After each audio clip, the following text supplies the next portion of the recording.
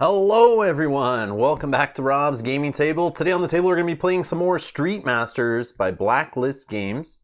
Hello everyone joining live, appreciate your time and being here. Thanks to our Patreon supporters for supporting the channel. If you're interested in supporting us here, there are links down in the video description along with playlists if you're curious about our other Street Master playthroughs, including the digital one we did yesterday.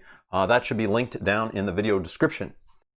James Sorensen, ETA on when you start? Like roughly 20 seconds ago.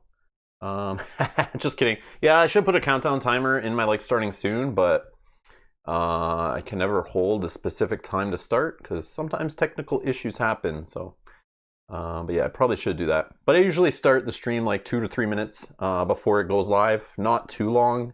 Like I know some streamers do like 20 minutes to 30 minutes, 45 I've seen, which is pretty crazy. I don't think I need to do that. Matt's here, Dragon's here, Sirhan, hello, good afternoon, good evening, good morning, whatever it is for you. Hello. All right, so today we're playing Street Masters. We're doing another solo playthrough or two. I don't know, we'll see how it goes. Last Friday we did a stream of Street Masters, taking our first look at it, trying it out, playing some stuff that I'd played before. Today we're going to try Supply and Demand, which I've not played. I just set it up, started reading the rules before going live. So we'll try to figure it out. Hello, S79. I am doing well. I hope you are too. And hey, Jim. Welcome back. All right. Paul's here. Okay. All right. Everyone's tuning in here. I love it. All right. I'll try to buy some more time while others, wrap up their lunch or sneak, open it on their other monitor while they're working, that kind of thing. But yeah, we're going to be playing Natalya to start. We played her in yesterday's stream where we tried out the digital version. I've played her, I don't think ever in the physical. Maybe I did once. No, I don't think so. But Mel, my wife Mel is working through painting the whole set of Street Masters. She's about halfway. She's done most of the characters. She's done 2 enemy decks worth of minions, I guess, and the bosses, but still has 2 more to work through. But once she's finished that, my plan is to do a future Street Masters like we do on the channel. We love playing through campaigns and legacy games and that kind of stuff. But this has stories, which are like little mini campaigns. Some for the heroes and 2 general story arcs where you play through like certain scenarios and they have like rivals, like little NPCs that you play against and NPCs that are fighting on your side and all this. And you can earn upgraded cards and like story perk cards and penalties and all this kind of stuff.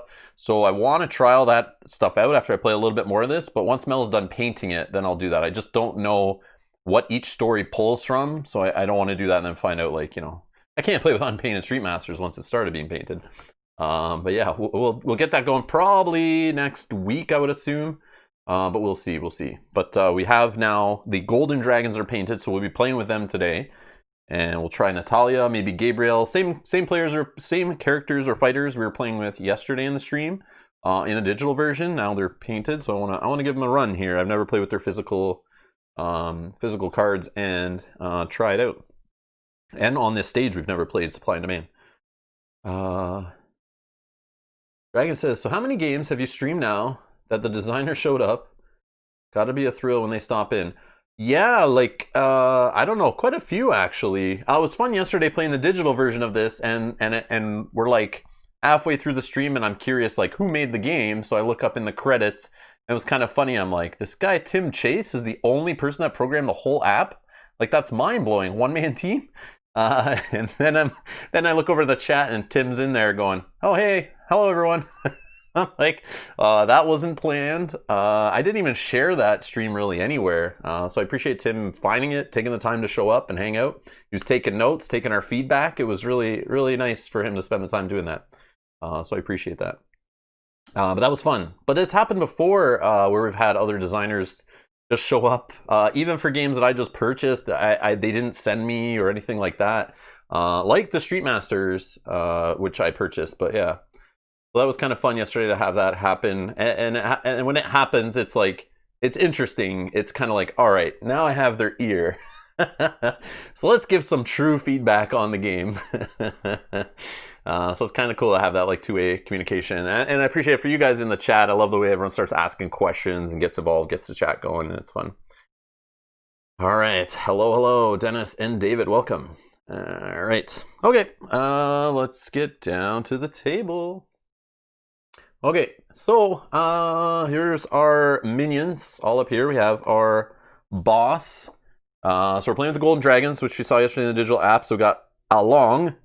Hopefully I'm saying that right. Oh, Mel's in the chat now, who's responsible for painting these.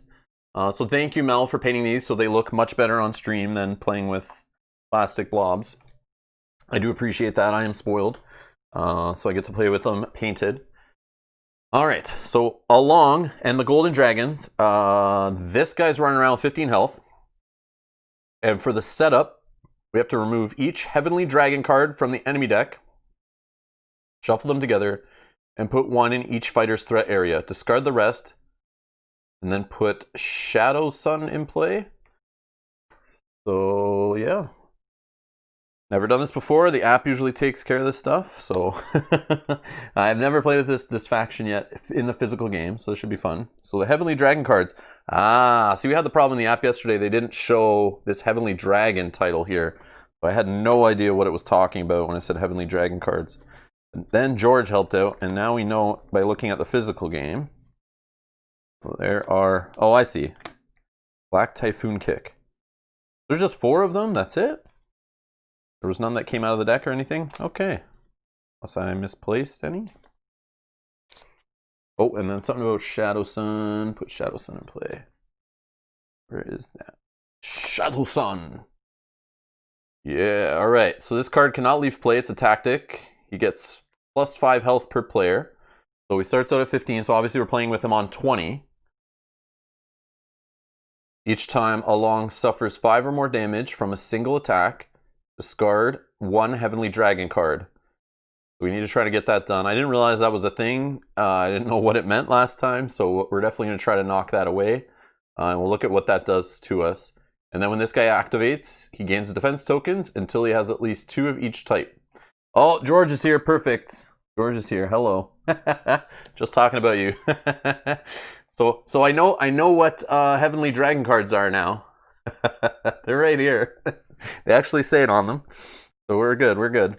So shuffle them together. Looks like there's some different ones. Yesterday we had a Typhoon Kick.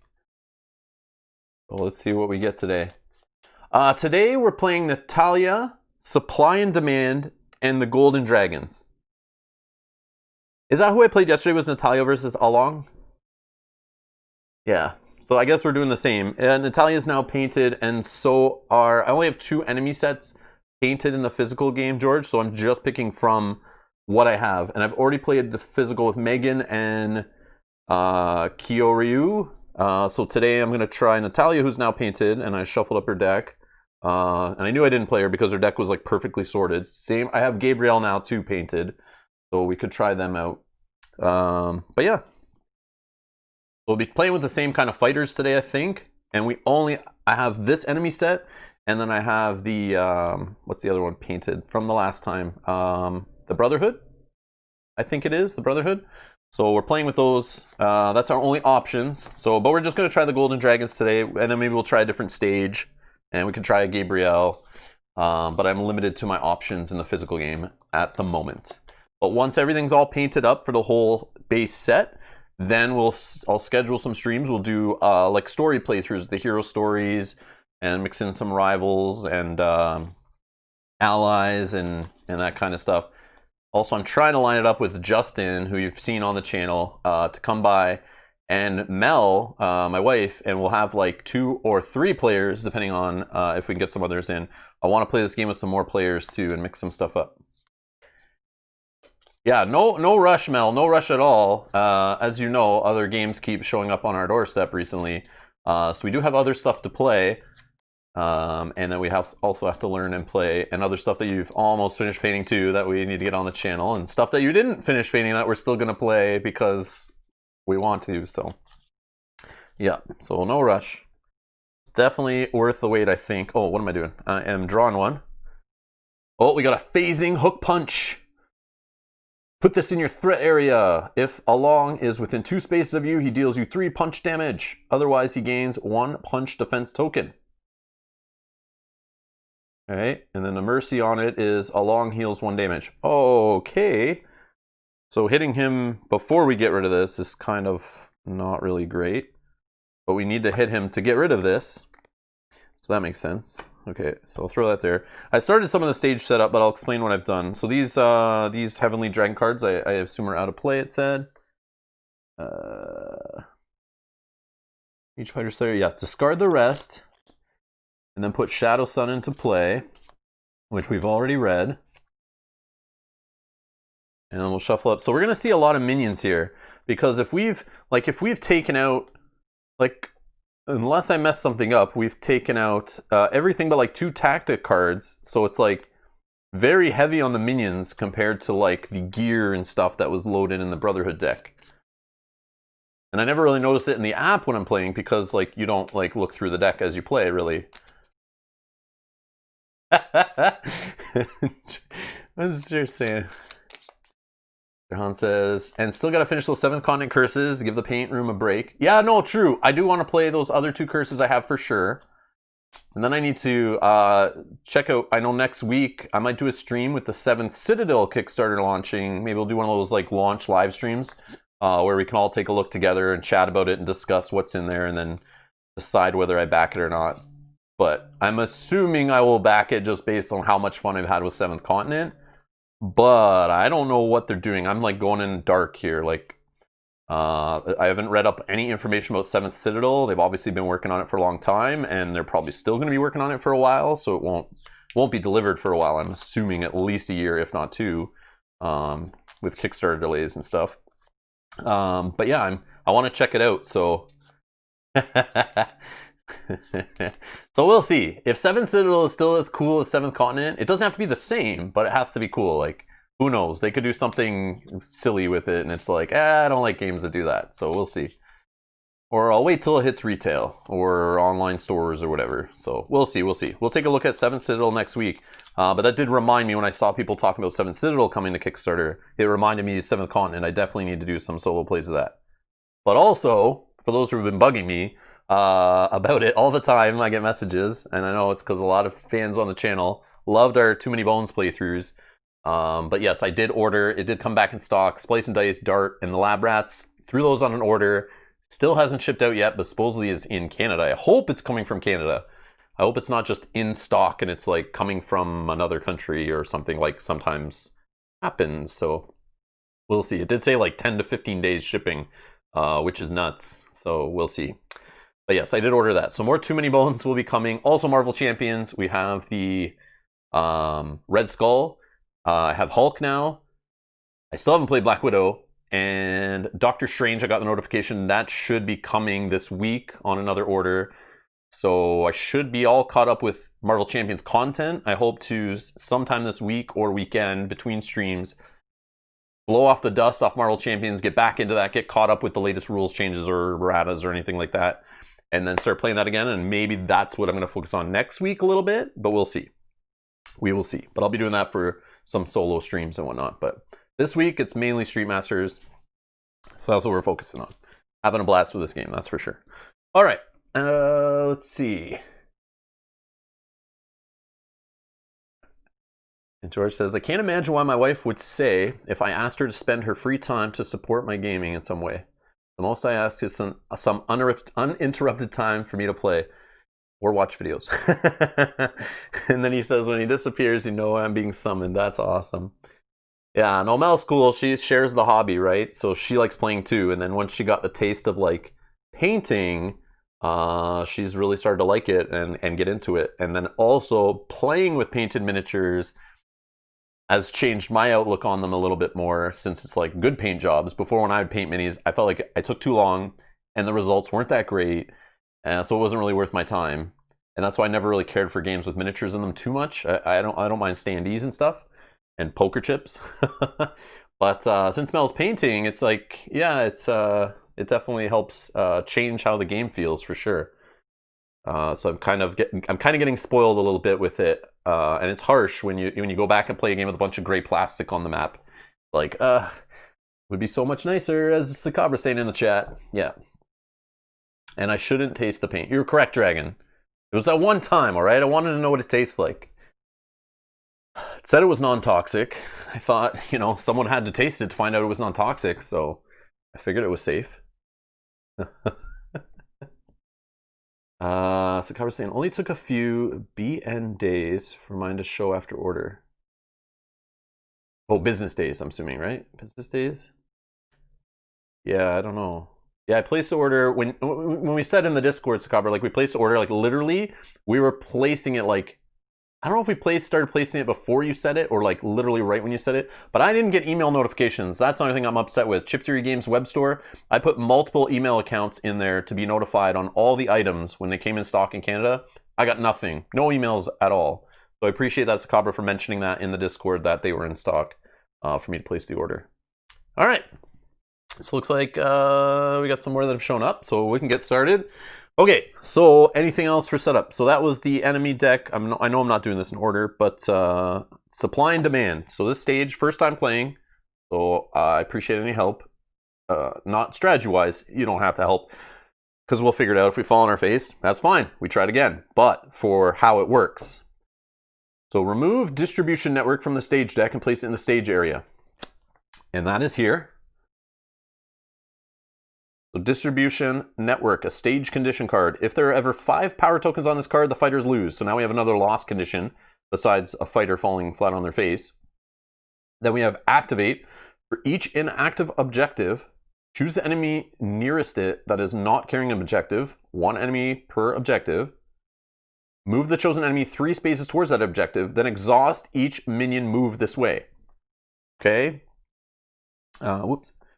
So any minion that runs after an objective, they become exhausted if they just move. So for each inactive objective, choose the enemy nearest it. So I guess we break ties, we choose 1 enemy.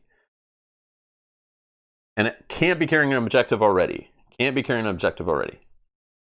But so if one moves that way, they get exhausted. So they'll take a turn off.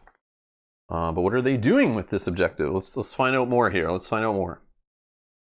So remove each copy of Pinned Down from the stage deck. Place 1 copy in each fighter's threat area. Remove the remaining copies from the game. So Pinned Down, I grabbed that already. I threw it here in our threat area.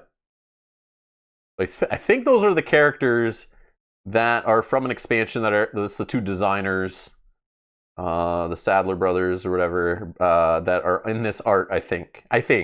Based on the pictures I saw, it looks like them. Not this art so much, but it looks like what they're wearing. But I'm sure some of you guys know. Activate. If you're not in a cover space, this card deals you 1 direct damage. If you are in a cover space, gain 1 random defense token. So we're pinned down so you can get behind some cover. Okay? And what else we got in the setup here? Each fighter searches the stage deck for a copy of Contraband and puts it into play. Then shuffle the stage deck. So I grabbed this green one, and I figured, based on the starting areas, so we could start down here in these 2 spots, or up here in these 2 spots. Looking at the map setup while I was setting it up here, I thought if I start in the bottom left here, I'm kind of close to some loot. But there's also loot over here. So I just grabbed like this green one thinking I'll put it on this side of the map. Like, I don't know. So I just grabbed the green one just to set it up so it's close to where we're going to start. We're going to start like down here somewhere. So yeah, I have no idea. I don't know any better. So I just grabbed that. After a figure carrying this objective suffers any amount of damage, that figure must discard 1 defense token. If unable to, drop this objective. So this is that whole thing, picking up objectives. Any figure, so boss, minion, myself, you have to, just like in the Gone Ballistic, right? Anytime you get hit, you have to discard a defense token or else you drop it. After a figure carrying this objective enters a space within 1 space of an entry space, discard this objective token. Place 1 power on distribution network and shuffle this card with the stage discard pile back into the stage deck. So we have like an unlimited flow of Contraband. Oh, the Twin Tigers. Okay, yeah, that expansion. Yeah. I thought I saw that when I was looking on the website looking for the core set before. Sakabra says, I did that in a show by accident. My character chugged a lemon Snapple. X put yellow paint puck into a Snapple bottle on the prop table, and then, yep, I chugged it. What? Array for non-toxic. Wow. Ugh. Ugh. So we'll throw this green card here, this contraband objective item. Okay. And that's set up here inactive on the board. And now the back of the stage rules. Here we go. So this is our back of our stage setup card for supply and demand. Each pyramid of brick space is a cover space.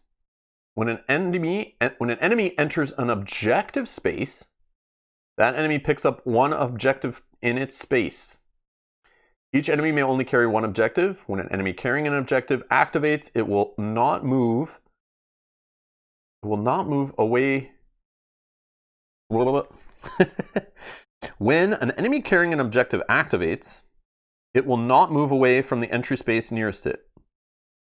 It will not move away from the entry. Okay. So it just won't move then unless it's like, it's not going to move towards unless this thing activates. The distribution network activates to move the objective. No. That's how they get objectives. Oh, here it is. Sorry, I gotta keep reading the card. It'll make more sense. Activate. Each enemy carrying an objective moves 3 spaces towards the nearest entry space. Okay, so their move is never gonna move them away from it. And then this activate on this stage rules card will move anyone carrying objectives towards entry space. Otherwise, the game would just, they'd sit there ping-ponging back and forth, I'm assuming. And then interact on this card. You could do an interact, discard one objective token in your space and shuffle its card back into the stage deck. Then gain 2 defense tokens of your choice. So when they escape with an objective, some contraband, they deliver it to an entry space or one space away from an entry space. It will get shuffled back in the deck with the discard pile. But if we jump on a space with an objective token, we toss it back into the deck, but no discard pile with it. But that's how we get the contraband out of play, at least buy us some time, shuffle it back into the deck, and we get some defense tokens out of it. So, I don't know, what is this similar to? Like, this feels like, it's not like capture the flag. I don't know, but we're like fighting over this contraband. I'm trying to block them from, it's like a, what was that show? That old American Gladiators, right? That's what it feels like. So they're trying to like grab these objectives, slam dunk them into the entry spaces. I'm trying to block them from doing that. And I could grab them and kind of throw them out of bounds or something so that they can't grab them. And I'm trying to make them drop them too. So entry spaces, we have one down here and we have one up here. And I think that's it. This map doesn't have the 4 entry spaces. It only has 2. Unless I'm missing something. I don't see any others. We got our crate set up as usual. And the objective spots are all kind of dead center right around the boss starting position here. And then we have tons of these cover spaces. So we need to stay in those cover spaces more often than not. Otherwise, we're going to be getting hit by direct damage. But it's cool we can stay in there and gain defense tokens, assuming we're in a pin down spot in a cover space at the start of our turn when we start activating, or no, I guess it would be end of your turn when you go to activate your threat cards, right? Your react phase. Yeah, react phase.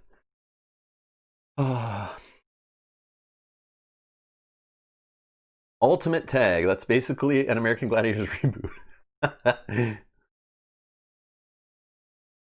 Oh, man. Oh, Sakabra. Oh, man. Okay, and the thing with the stage is the cover spaces. It encourages you to stand on them. It's a good stage for characters that can do range attacks. Okay. So we picked the wrong character? Great! No, I'm just joking. We'll try our best here. I don't know. We'll see how it goes. We can always switch up characters after. We'll try it with Natalya. We can try a different character. So normally when you set this game up... Oh, please tell me. I left the rules upstairs. Let's see here. Normally when you set this game up... Let me see if I can find it here. Oh, you do choose fighters first. Then you choose your enemy. Then you choose your stage. I don't know what I'm doing, so we'll just do this. I'm trying to see, because I figured like everything kind of works with everything. Obviously, some characters are better, you know, against certain bosses in certain stages. I just didn't know any better. But that's okay. We're going to have a challenge then. That's good. Oh, thank you. Got a rules delivery. Sweet. I don't mind using the PDF. It's just not as easy to flip through pages. All right. Okay. Yeah, so good mobility would be... it's not Natalya. Who is it? Megan that has like the good mobility flying around the board, was it? Or is it Natalya? Natalya has a Rush B thing. Yeah, I think it was Megan, right? That like bounces all over the place, like runs and kicks and grapples a guy, then flies over and kicks the guy. Yeah, I think so. I think so. All right. Welcome everyone. Welcome. Who are just joining into the stream here. Oh, Natalya's charge side, which I already had it on by accident there. So yeah, let's go over Natalya actually a little bit here. Like we played her yesterday in the digital version, but let's take a look at her cards here. So she's 18 health. She charges up after 6 charge there, that symbol on the left. She has Crippling Strike, action attack with 2 dice. This attack deals general damage. Then exhaust a minion targeted by this attack and draw a card. Okay, so general damage means it applies to any defense tokens, doesn't matter the type, that are on characters. So whether it's kick, grapple, or punch, you have to take away all the tokens with general damage first. If there's none left, then the rest of the general damage will go through. General damage is always applied last. Mixing up all my tokens. And then on the other side, when she charges up here, she has Incursion. You may move up to 2 additional spaces during your move step. And your attacks deal 1 direct damage, which bypasses all defense tokens. And then action, you would attack for 3. This attack deals direct damage, then you flip the card. That's a beautiful attack. I love it. Love it. Direct damage is what I'm all about.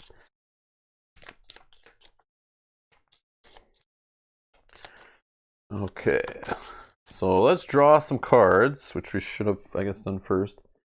I go over everything else. I think we covered everything setup-wise from each of the decks. So let's see what we get. Infiltrate, Sonic Blade, Recon, and Recon. So a Recon, tactic and a stealth. When an enemy would attack a fighter before dice are rolled, you may discard this to cancel an attack. I don't know, but we did get one of the tactics, stealth, Infiltrate, which is unique. If unengaged, return 1 stealth card from your discard pile to your hand. Good for card recursion. And then it has this action I never really use. Reveal the top card of any fighter deck. Then you may either put it into play or discard it, so you can do some deck tutoring. Then you may discard this card to attack, dealing direct damage with 2 dice. You can discard that from hand. I thought it was only from play you could do that kind of stuff. Yeah, it just says discard this card. I didn't know you could do that from hand also.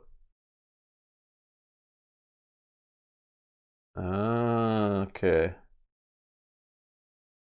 Jim, you get power-up charges by, and if anyone has any questions, drop them in the chat. It's all good. There's people in the chat that know this game way better than I do, but I'll try to answer what I see that doesn't get answered. But as always, get involved, chat in the chat, talk about the game. You don't even have to talk at me, talk amongst each other. It's all good. If you have something important to say, just do the at symbol and then do like Rob's gaming table. If it's like you're trying to highlight, I've messed up a huge rule and I'm continuing to play and I've broken the game, just let me know. But if you take punch damage and you have a defense punch token, you could choose to, as a fighter, you could choose to flip it and start charging up. So if I got hit by grapple, I could choose to take this grapple token and flip it. So that's how you kind of gain power. If somebody were to now hit me with a punch, I don't have any more punch defense tokens, so that would just go through and hit me and I would suffer some damage.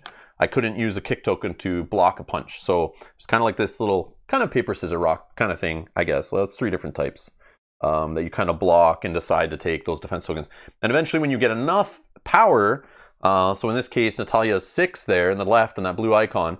Once you get 6, you must spend them, discard them off your card or out of play or whatever, and then you flip. But any excess you have, you save that. So even well charged on your charge size, you can keep earning power. And then if you have, in this case, 6, additional, as soon as I flip, I spend 6 and I flip right back. So it's kind of neat. It's like that like power-up bar that's in like the bottom corner, usually of fighting games. If anyone knows, that's what it's kind of like symbolizing. So as you kind of take a beating, you kind of build up, and then you can do some big charge attack. That's kind of what it's copying or, you know, inspired by or whatever. George says, I wasn't sure, but the app lets you discard from hand or from play. Well, then I believe it. I believe it. Then that works. Official clarification on BGG. Anytime an effect doesn't limit how to discard it, it can be from hand as well. I did not know that. That's great. That's great. Perfect. Thank you. All right. Was American Gladiators game called Powerball? That sounds familiar, Scott. I'm pretty sure that's what it was. And that was with those like kind of like they had a small top on them and a big like Weeble weighted base, and you were trying to like slam them in the top of that, and they like wobble around, and you would like tackle each other into it. That's kind of what it feels like. I think it's Powerball, right? Oh man, that was a funny show. Okay. And a horrible Super Nintendo game. Oh. Okay. I am going to, let's see, we got Sonic Blade here also, Punch Attack. So what's our plan here? I want a mulligan. I feel like the recon, oh, you know what? I'll save a recon now that I know I don't have to play it. So I'm going to discard one recon. And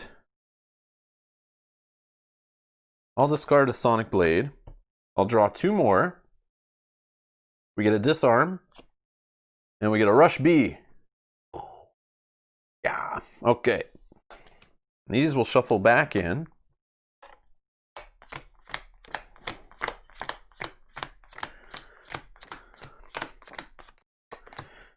Okay.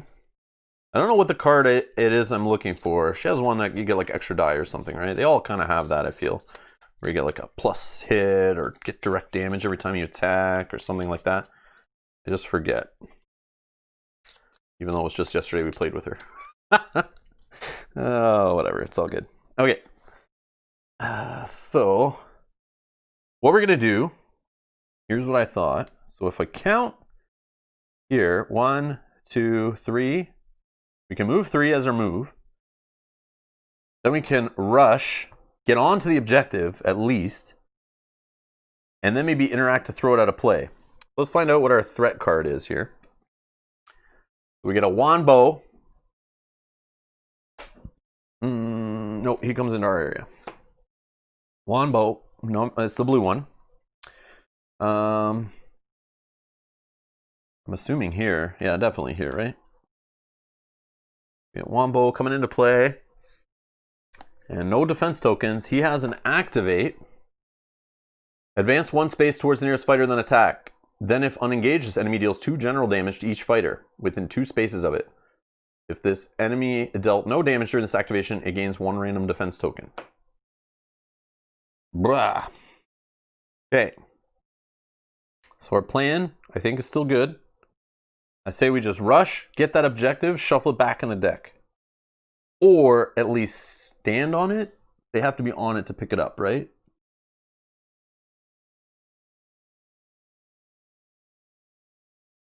Man, the rules of being on all separate cards, like, takes a bit to, like, figure out, like, what... No, that's about carrying it.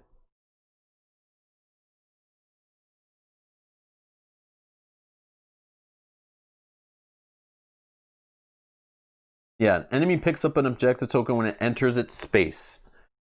So I could just run up and hit the boss, I guess. I don't know. I don't know if that's smart. Or I just run up and discard the token. We're going to get shot at, though. and he's going to deal us 3 punch damage. Ugh, I don't know. Oh yeah, but we have a recon in hand. You think I could grab loot on the way? 1, 2, 3. Yep, you're right. I can. Because then I can see 1, 2, 3. Yep, we might get something good. All right, thanks for the tip, Matt. That's a good one. All right, we're going to do this. 1, 2, 3. We'll grab a loot. We got smoke bombs. Place 3 power on this card. Anytime you may discard 1 power from this card to move 1 space, discard it if no power remains on it. Oh, we might not need to waste. Now we can use this for 3 movement, right? We don't need to waste waste our action doing a sprint. When we do our action step, we don't have to sprint anymore. We could do a card action. Oh yeah, if we're sprinting, there's no way we could interact with the token. I don't know what I was thinking. But now we can interact with it, right? We don't have to wait till the next turn. Yeah, we still get to play a card though. That's the other thing. Play a card. Okay. So I think I'm gonna do that. Yeah, let's do that. I'll use the smoke bomb 3 times. And we'll just move 1, 2, 3. Beauty. That worked out. So I'm going to interact with this right here. Discard 1 objective token in your space. Okay, we'll discard it back over here with the others. And then we'll shuffle this back into the deck.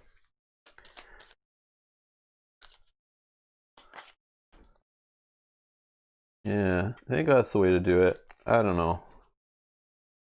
So we have card play. We can play a card left. So, whoops.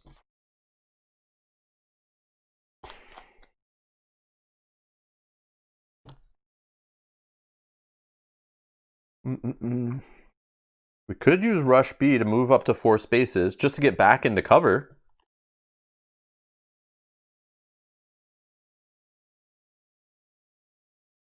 I know it's not as cool because we're not doing the attacks on it, dealing direct damage. But for a defensive play, maybe? I don't know. Or just slap down Infiltrate. But then we can't use it this turn because we're still engaged. So you won't and we don't have a card in our discard pile yet to return. Stealth card. We could with Recon and then do that next turn. Disarm. We can discard a card. We can't. This card cannot leave play. So discarding a card from the boss doesn't do anything for right now. So we'll save that disarm. I don't even know if he has anything. There were some tactics in there. I just don't know what they do. Yeah, I'm thinking. I don't know. I'm thinking of using Rush B just to move. Move 4 spaces. 1, 2, 3, 4. Can't get to this one. 1, 2, 3. We can get to this cover, but then we're near this guy. Yeah. Oh, right here. We can get to this cover.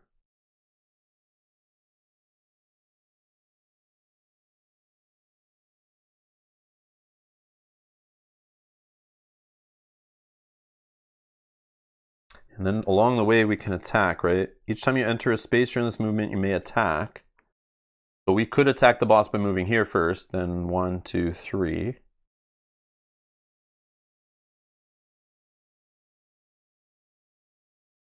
Oh no, let's do it. Let's do a Rush B. I know it's not the most powerful Rush B, but we're going to try it. So we'll move 1 space here.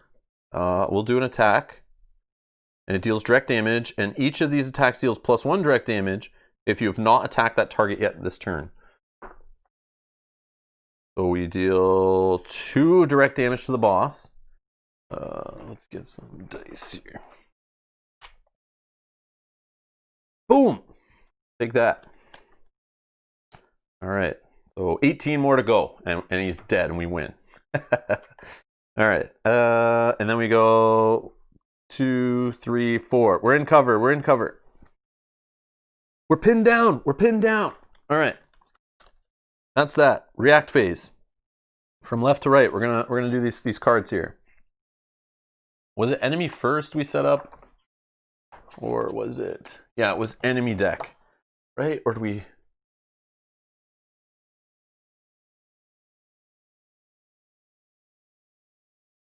I'm trying to see what you set up first. Players collectively choose a stage deck. Set up map. So chosen stages map tile.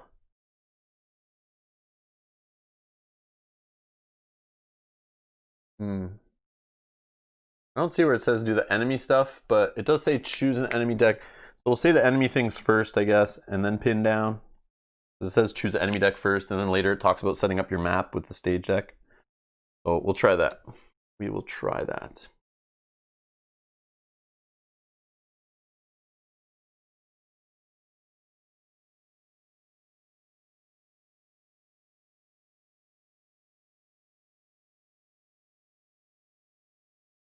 All right.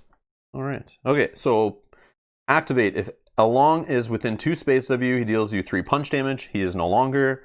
Otherwise, he gains a punch defense token. All right. And that's that. Then activate. If you're not in a cover space, this card deals 1 direct damage. If you are in a cover space, gain 1 random defense token. Yeah, grapple. We get a grapple defense. And then wand bow. Advance 1 space towards the nearest fighter. Okay, we'll throw him there.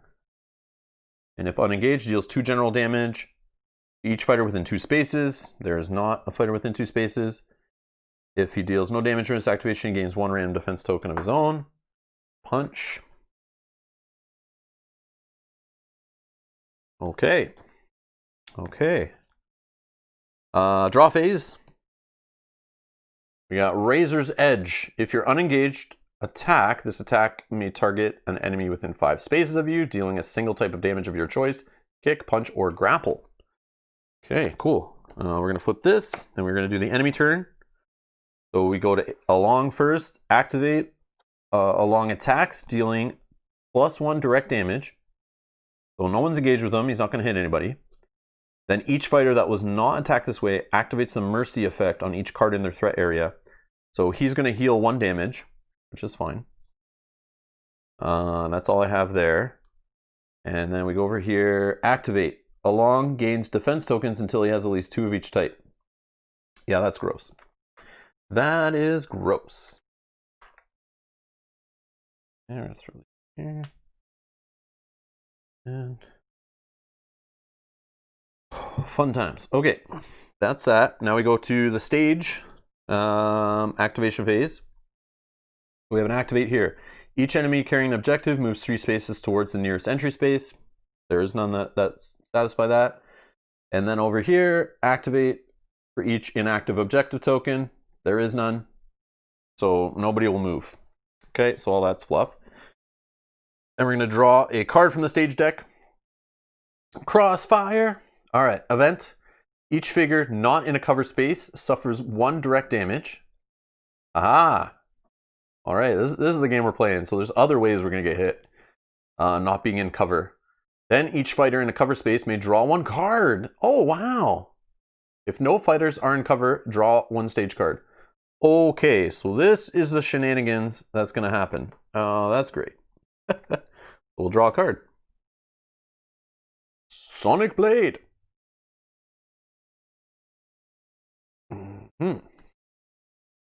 Okay. Okay. Very nice. Very nice. All right. Oh. Buddy fell down. So now we're going to draw from the Golden Dragons, a card to our threat area.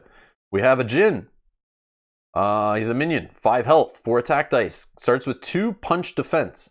He has an activate. Attack each fighter engaged with this enemy. Then if unengaged, gain 1 random defense token. Advance 3 spaces towards the nearest fighter and deal 1 fighter engaged with the enemy 3 general damage. We'll throw this guy here. And 2 punch. Do the enemies take damage? From the cover stuff? Yeah, it does say figure, actually. Yeah, see, I miss that sometimes. Sometimes it'll say enemy, sometimes it'll say minion, sometimes it'll say boss, sometimes it says fighter, sometimes it says figure, sometimes it says ally, sometimes it says rival, all these kind of things. You have to like remember who is what. So each figure not in cover space suffers 1 direct damage. And these are figures. These enemies are figures, so that is true. Okay, thank you, Paul. Paul caught that. Thank you, Paul. And that's one direct damage. So I have other dice here. This guy just came out, so the boss will go up. That's kind of cool. Yeah, that's helpful. Yeah.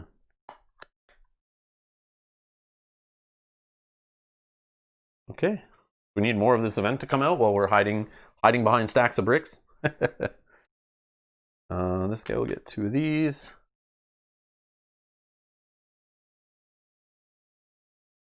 All right. And this guy. There's our Jin. Got yellow Jin, and we got a blue Wanbo. All right. So what is the plan? What is the plan? No objectives. So like we want to hit minions, I guess. Oh no, we want to build up a nice big hit for the boss, right? So we can hit him for 5. Then we get rid of this phasing hook crap. Do we have a way? Now he's covered up, right? So it's like, how do we do this best? Do we wait till we flip? Yeah, it deals direct damage. Need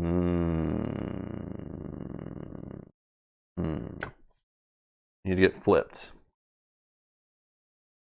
Also, Sonic Blade, it's possible. And then where does it say? Each time Along suffers 5 or more damage from a single attack. Single attack! And on the other side, it attacks deal 1 extra direct damage. I roll 3 dice. We need other ways to get more dice, I guess, to make that direct really work good.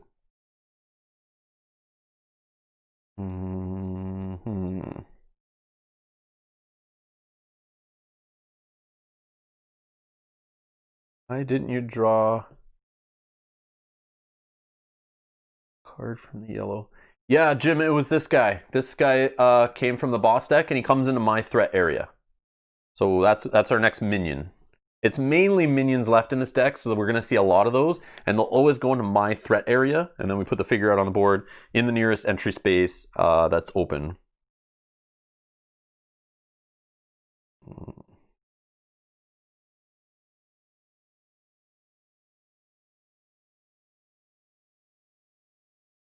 I think we just go fight Wanbo.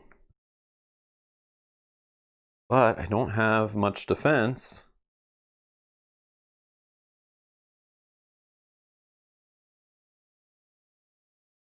Could do a Razor's Edge because I'm unengaged. And I can target enemy within 5 spaces, dealing a single type of damage of your choice. And we could hit him for anything but punch. But also, I want to dig through my deck. I want to find the card that gives us extra, I think it's like extra dice for every attack or direct damage or something. I also just want to roll more dice to get defense tokens too. Possibly.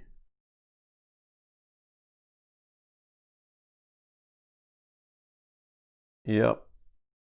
Yeah, let's do a Razor's Edge. If we're unengaged, we're going to attack with 2 dice. Not the craziest. Oh, there we go. So we can choose the type. Let's say kick. Let's say kick. We get 2 kick defense tokens because we rolled the 2 defense icons there, the guard symbols. And then we do 1 kick damage to Wanbo. Okay. He's now 2 damage out of 7 health. 5 more and we can take him out. So let's move for 3. We'll move over to this cover space. And then we are going to do our attack, which will exhaust him too if he's still up. So we're going to attack with 2 dice. We do get a guard and an exploding die, so we got 1 hit, plus another hit and another guard. So this is a general damage. So we can choose, we're going to choose punch for our defense tokens because we can pick. We'll take 2 of those. So we get a little more defense here. So this will help us get powered up, hopefully. So this deals general damage. So it only takes away, it has to take away the defense token first. And then we hit him. Okay, so he's down to 3 or 4 health left. And then we get to exhaust him. We're just gonna exhaust his card. And then we draw a card. We got another disarm. Another disarm. Okay. All right. So that's all of our stuff. We react. So he's not within 2 spaces. He's going to gain a punch defense token.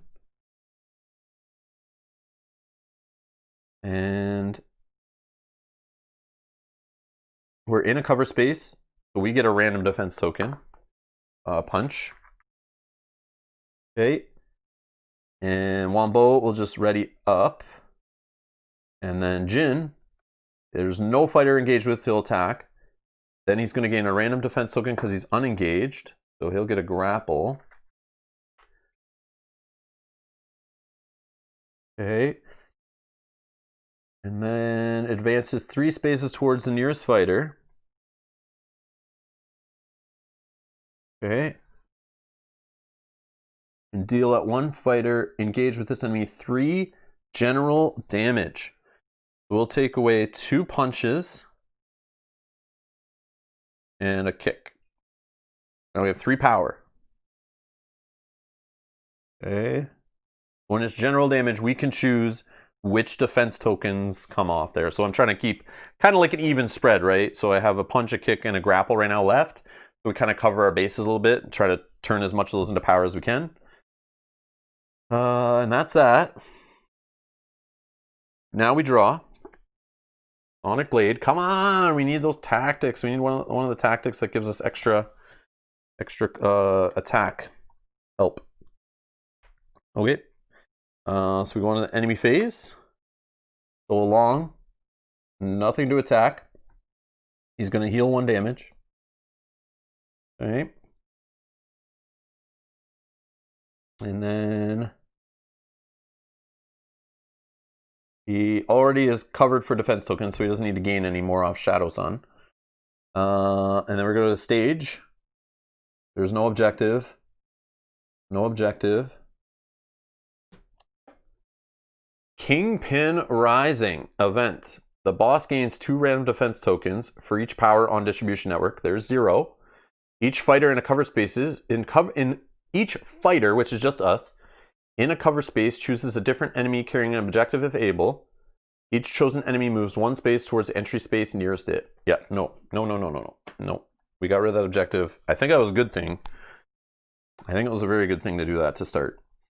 It seems like other cards that would have triggered in that, we've stopped like 2 rounds of things triggering where those guys are running around with objectives.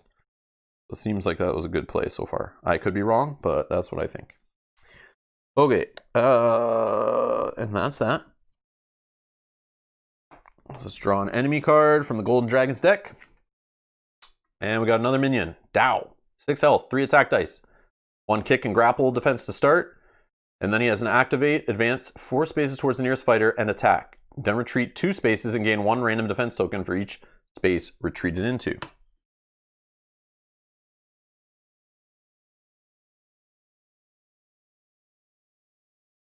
Okay. So this guy is here. All these bullies. Okay, now my turn. Probably want to attack first. I think I want to attack Wombo because he hits for 5 dice. I feel like I want to attack him and try to exhaust him if we don't take him out. So I kind of want to do this attack.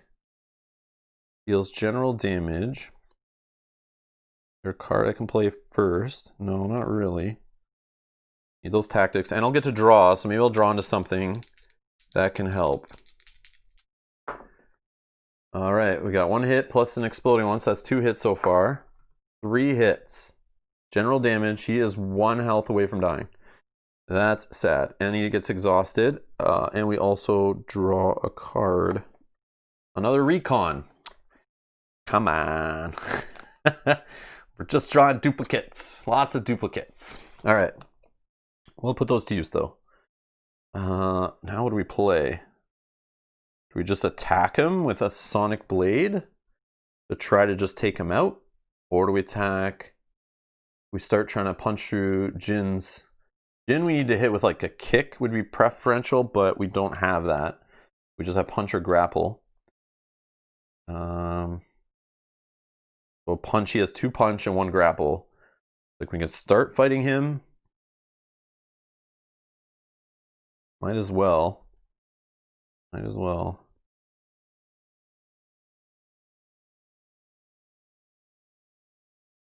For this attack, you may discard up to 3 cards from your hand or fight or play area. Add +1 die to this attack for each card discarded this way.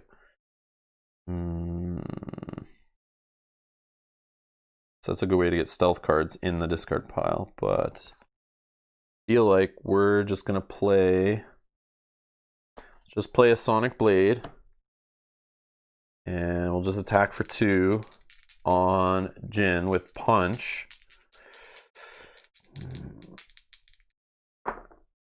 And it's 2 hits, so we get rid of the 2 punch tokens. That's all we do there. Didn't get any defense tokens out of that. We could move.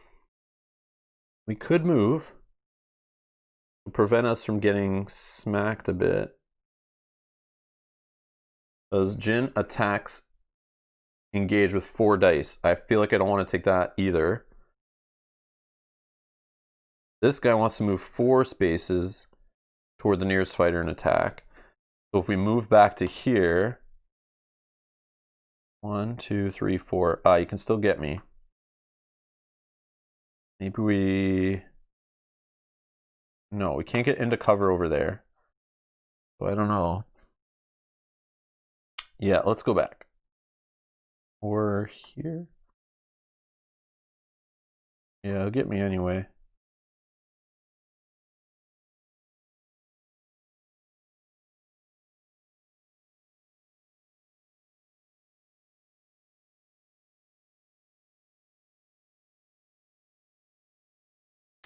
Yep, I think that's what we're doing. We're gonna move there. All right.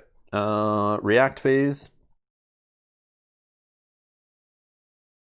So he's not within 2 spaces. He'll gain a punch defense. That's nuts. Bernardo's here. Greetings from Chinatown. Huddling behind a crate with Jack and Wang, trying to save Gracie from Mayo Yin. That from was it Big Trouble in Little China or something like that? I forget what the name of that is. I know this game is inspired by some of that stuff too. I forget.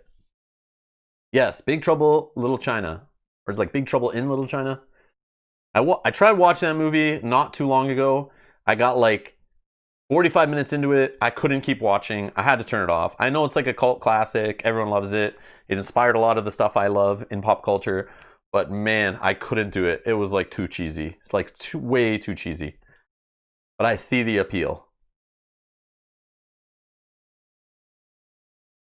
Nick L says, my general strategy when playing solo is to run for the boss, I guess. Usually works. Yeah. You can do that. But in this situation, I think it depends on the stage and the enemies in that case. I could see running at this guy and just hitting him, but then I'd be not in cover getting hit myself. I like to go around, fight minions. Prolongs the game a little bit, gets a little more exciting. Kill some minions, get some loot from killing the minions. Keeps them in control. Grab some loot crates, and then build myself up. And I like going to the boss when I have a row of tactics, I have a handful of loot, and a bunch of defense.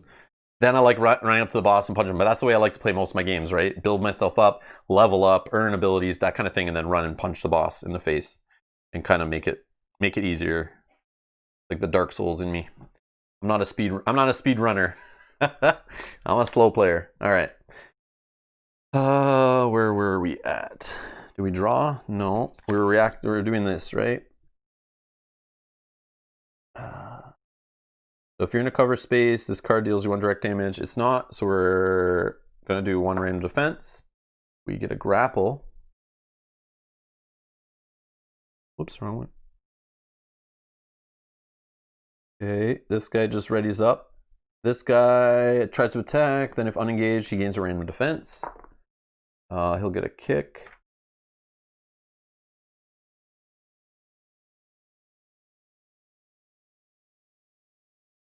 And he wants to advance 3 spaces towards the nearest fighter. Oh, so he's still going to get me anyway. No, he's not. He's going to do the 3 general damage thing, though. Let's do 1, 2, 3. I guess, because he's supposed to move like less. Yeah, he's supposed to keep like kind of like a straight line of movement as best you can. So he's going to deal 3 general damage. So I will just take it with these tokens. I automatically flip to my charge upside because I have enough power now. Okay, I only have 1 defense token left. So he's done. Then we go to Dow here. He's going to advance 4 spaces. 1, 2, 3, 4 spaces towards the nearest fighter and attack. That's 3 dice. All punch. All punch. So we have taken 3 hits. We have 18 health. Then he retreats 2 spaces. Okay. Then he'll get a random defense token for each space he retreated into, which is pretty lame. A punch and a kick. Yeah, these golden dragons, man. Yeah, my draws haven't been the greatest. I know. Yeah, that's not what I'm looking for. I should have maybe mulliganed more aggressively, but who knows what I would have drawn into in that case. Okay. That's activating all these guys. Now we draw Razor's Edge. Not what I'm looking for. Okay. Now to the enemy. Mercy effect. He just heals 1, so he's back to full health. Whatever. Then he's already defensed up from Shadowsun. Then we go to our stage deck. No objectives. No objectives. So Kingpin Rising again. Nothing. Nothing happens off this again. And now we're back to our turn. Threat phase. We get a Wombo, another Wombo red this time. So we can only have up to 5 minions in play, I'm pretty sure. We're almost there. Should have gone up to another cover and blocked his move. Bernardo says, I see Big Trouble in Little China the same way I see Bill and Ted's Excellent Adventure or The Goonies, or even Neverending Story or Labyrinth. They are old movies that did not age well, but still like them just for nostalgia. I understand that. I just never saw Big Trouble in Little China back in the day, and I would have that, I'm sure, if I did. I have seen Bill and Ted Excellent Adventure. That was a awesome movie when I was a teenager. Thought it was great. Now I'm sure I maybe would like it or not. The Goonies, I loved that as a kid. I rewatched that with my daughter a few years back. Still was awesome.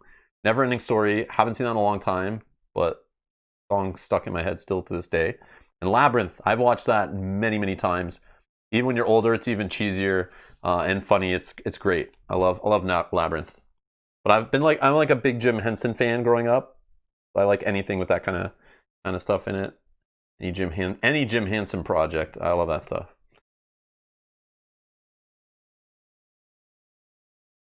Last Action Hero. I watched that maybe like last year. It was okay, but I can see why it like kind of bombed. And it was like Arnold Schwarzenegger's like biggest flop movie at the time. It was, yeah, it's kind of lame. The Dark Crystal, yes. Or the original Ninja Turtles. Yeah, Jim Henson. project studio, whatever it's called, doing the whole Ninja Turtle costume work for the original Ninja Turtles movie. Great stuff, man. I'm telling you. All right. Love that movie. That movie is dripping with coolness even to this day. No cheesiness about that movie. It's just goodness. All right. Anyways.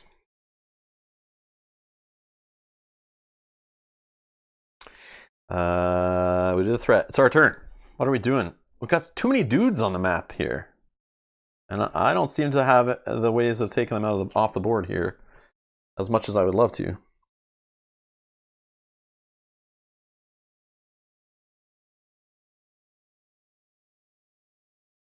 There's no objectives yet, but man, it'll come and somebody will just grab one and run with it. I don't know what I'm going to do.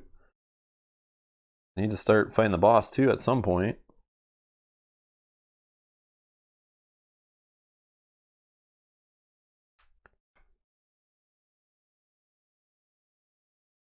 I think I'm going to fight.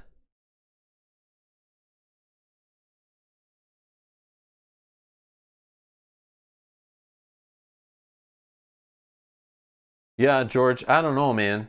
I don't know. I don't know. I'm just not sure. I'm just jumping between cover spaces, hitting enemies, not really doing much, which kind of sucks. My cards, I keep drawing cards that I don't really want to use too much. I gotta toss some of these recons at some point.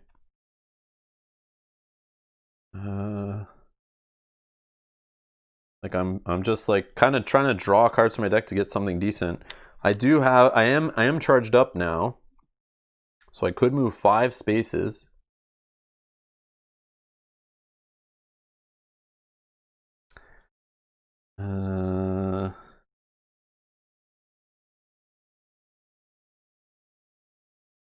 Right, never drew commando. No, I haven't drawn any other tactics other than those 2 recons and infiltrate still. I keep drawing into like abilities and attacks. So yeah, I know. I wish I had it because maybe some of these minions would have been dealt with already. So I kind of want to just attack first, so I draw. It would exhaust this guy up against me here. I think. No, it doesn't exhaust. That's only on the other side. So maybe I'd do a Razor's Edge first. Attack maybe this Wanbo over here. But then again, kind of a waste. He only needs one more hit. But he won't hit me yet.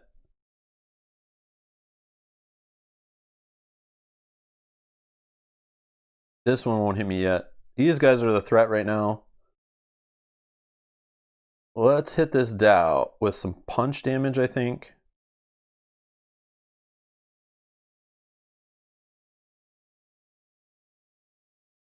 If in doubt, play Infiltrate. Yeah. I don't have any stealth cards in there yet.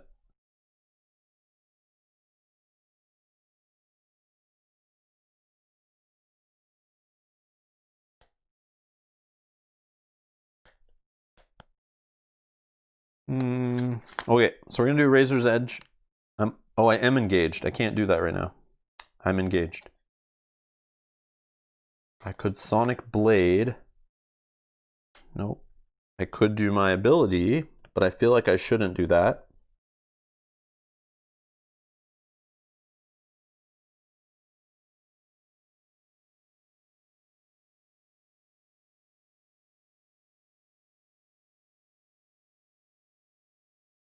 If I play this, I need to attack, I think. So I feel like Sonic Blade on Wanbo for punch. Harold, thank you so much for subscribing.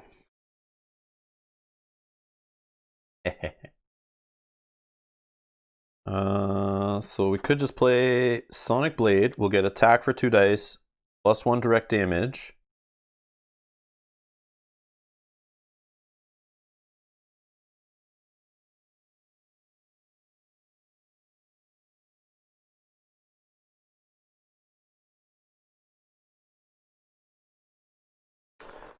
I don't know.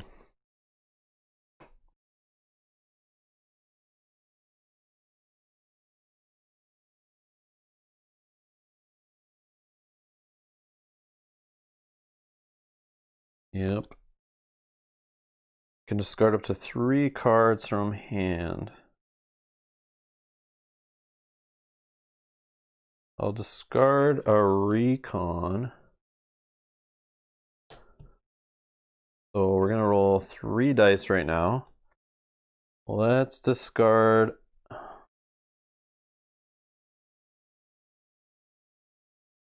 think that's it. So 3 dice plus 1 direct damage on this Wombo. And so we get 3 punch damage plus a direct damage. You guys 1 away, of course. And we get a punch defense token. I should have discarded another card. That's okay.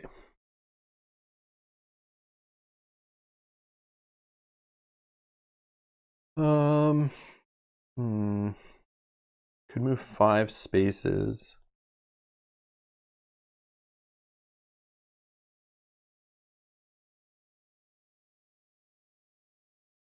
Yeah. 1, 2, 3, 4, 5. We played a card. I guess I could do my action, but I don't really want to flip, right? So we're just gonna waste that, I guess. I don't know. Yep. Okay. So react phase. He's not within 2 spaces, so he's gonna gain another punch defense token. Why not? Why not? Okay. I'm in a cover space. So I get a random defense token, a punch. Okay.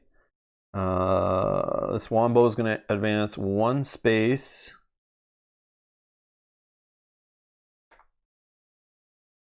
We can go this way. Yeah, let's do that way. 1 random defense token. Kick. This Jin. Attack. Nope. 1 random defense. Whoops. Grapple.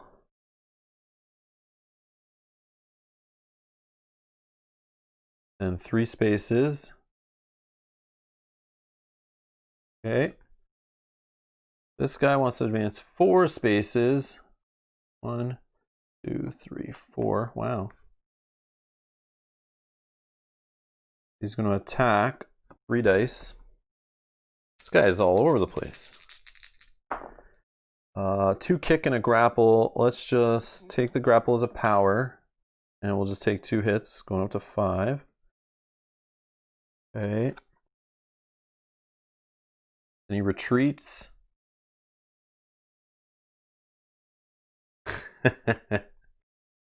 Oh yeah, I forgot I could do other actions. I was being dumb. Yeah, might as well have defended, right? Yeah, because interact I can't do. Yeah. I forgot that you could just do the defend. I barely ever use that action. I always forget about it. I use it like right at the start of a play usually. So I have another kick and another grapple. So let's just say I use one of those kicks to reduce that hit. I'll just keep the grapple, that's fine.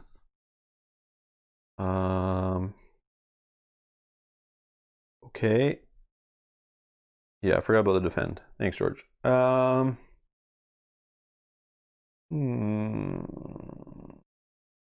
so this guy gets 2 random defense tokens for retreating. Punch and a grapple.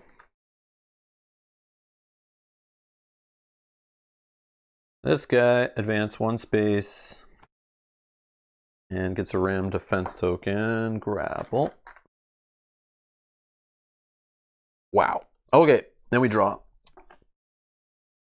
Seriously? Another infiltrate? Awesome. Okay. Now we go to enemy turn. This guy attacks. Nope. He heals. Nope. He's already got enough defense tokens. No objectives. No objectives. A drive-by. Oh man. This card deals each fighter not in a cover space 2 general damage and 1 direct. There's no objective card in play. Draw one stage card. Do those infiltrates drop? I know they're good, but I have nothing in my discard pile to get them into play, really. I know I could use it to tutor my deck more, though. All right, here we go. We got some contraband. All right, we got another one in play. This is going to go in the yellow space up here. Maybe we need to go get that out of play. Buy ourselves some more time. Okay. So that's that. Let's draw from the enemy deck. Another minion. Surprise, surprise. We got another Dow. These guys are annoying. And he's going to get a kick and a grapple. Boom, boom. And he's going to go 1, 2, 3, 4, 5, 7, 8. Okay, he's going up here. All right, we got to watch that guy. Okay.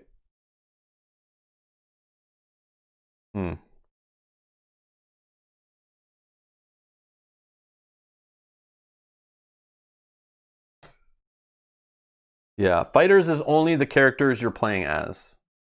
That's a fighter.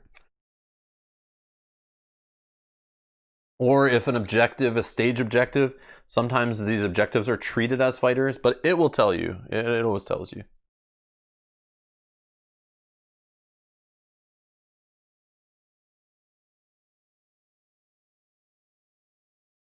All right.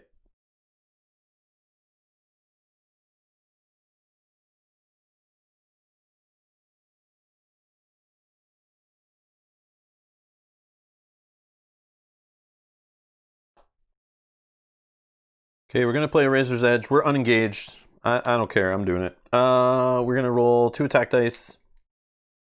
We target an enemy within 5 spaces, dealing a single type of damage of our choice. It gets +1 direct damage. We want to take out one of these guys. I don't know. A Dow would actually be what we really want to take out, but we'll take out a Jin.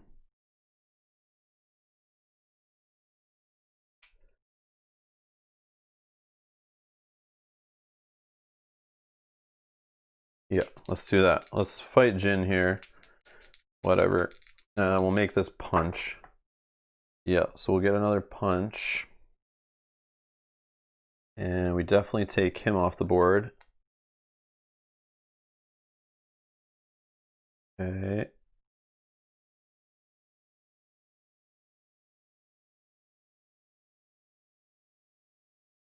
This guy goes here. And see ya, buddy. And we get a loot.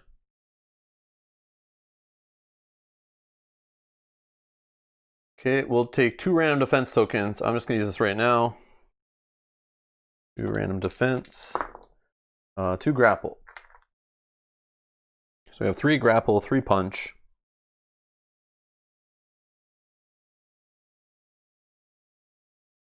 Infiltrate lets you have an additional action without losing charge. No tactics at this stage equals treading water. I agree. I totally agree, George. 100%.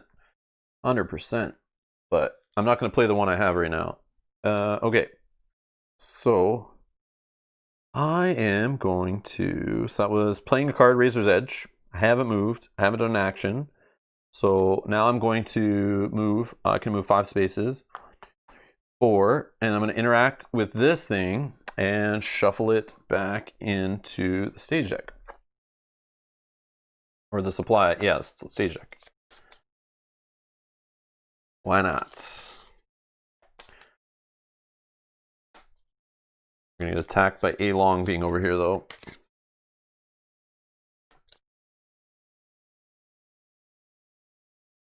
Okay. That's that. All right, react. He's within 2 spaces, so he's going to deal us 3 punch damage. Boom. We're going to take it all as power, so we're at 5 power. Then we're pinned down. We get a random defense token. It's a punch. Beautiful. All right. Wombo. Advance 1 space. And he's going to get a random defense. Punch. Okay. Then this Dow, 4 spaces. There he is. Going to attack 3 dice. Punch, punch, and a kick. So we have enough to charge up again, but we'll take 2 more damage going to 6. Okay, this Wombo, he's going to move 1. Okay, random defense token. Grapple. And this Dow, 4 spaces. Okay, he'll attack. Oh, I forgot the retreat part. Let's do the attack from this guy first here. 2 grapples and a punch. And then we'll give 2 random defense tokens to the first one. A kick and a kick. And 2 random defense tokens to the other one. Kick and a kick. Yeah, leaving these Dows going too long has been my downfall, I think, here too. But they just took a while to come out. I'd already hit the other guys, so I probably should focus on them though. But I don't have big damage, so it would take like 3-4 turns maybe to get rid of these guys. Yeah, this playthrough is kind of falling apart. All right, or actually it didn't really get off the ground. Oh, am I not on cover? Yeah, you're right. Pin down would hit me actually. What did I take? I'll just lose this defense token, I guess. I don't remember what hit. You're right. Oh, it's direct damage, direct damage.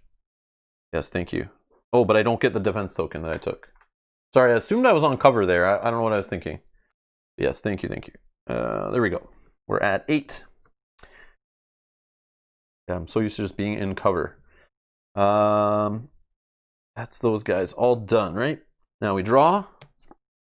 Another infiltrate. Perfect. Perfect. Okay. So then we go to enemy turn. Oh, what am I doing? I don't draw this yet, but we will draw it in a bit. Okay. A-long attacks, dealing 1 direct damage to each fighter that was not attacked. This way. Okay, so he attacks with 4 dice and 1 direct. So I'll take that direct right now. Why not? And we take 4 more.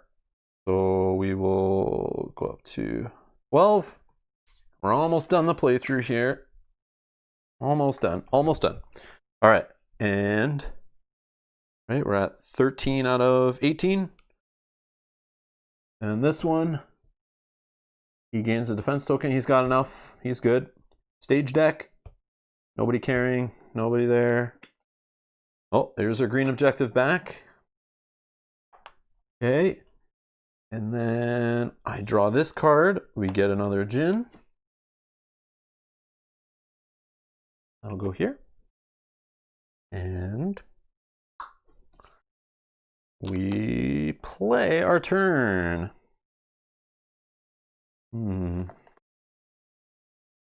All right. We're going to... We'll play Infiltrate. Why not? Let's go... 3, 4... How do we do this? 1, 2, 3, 4, 5. 1, 2. Yeah, sure. We'll just move. Actually, we're beside the boss, right? Should we attack first? Attack with that.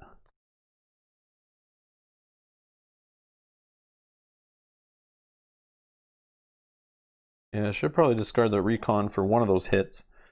My bad. All right. Yeah, no. All right. Okay, so let's go with... We played this, right? Is that this turn? Yes, we played this. And then we're going to... I don't know. Let's do an action. Reveal the top card of any fighter deck. Snap Kick. I could put it into play or discard it. Okay. Discard it. It's a stealth though. So now we can, if we're unengaged, we're not.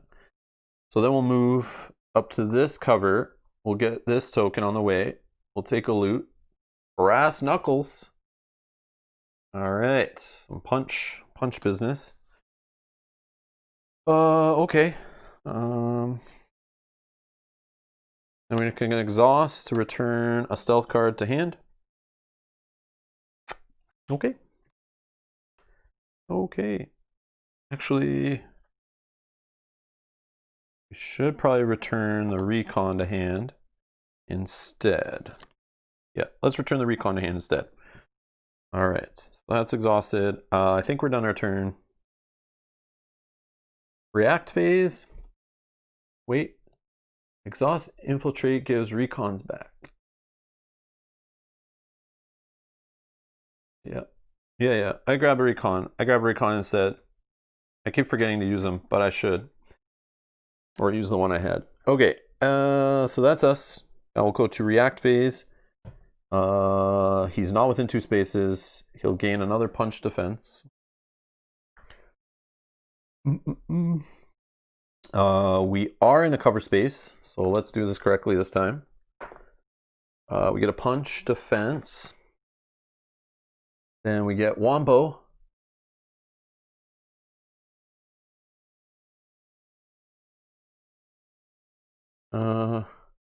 It lets you attack if you discard it, right? But do I like really want to do that? I don't know. I think I want to just leave it here. Yeah, I thought of that, but I just didn't want to waste it, really. I know I have other ones in hand, but I could also discard those for those other ones that you can, like, discard extra cards for. Yeah, I probably should do that. All right. So we're doing a wombo here, right? So advance 1 space towards the nearest fighter. Okay, random defense. Kick. And Dow. 4 spaces. 4. Okay, doesn't attack. Then he retreats, but he doesn't retreat because he's not engaged. So that's fine.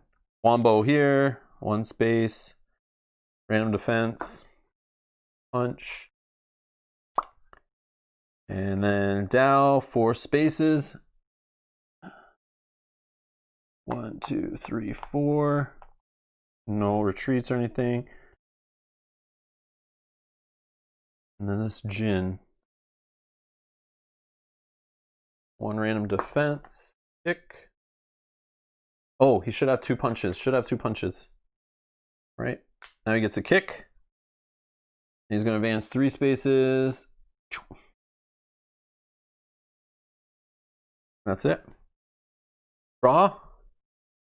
Rush B. Okay. Okay.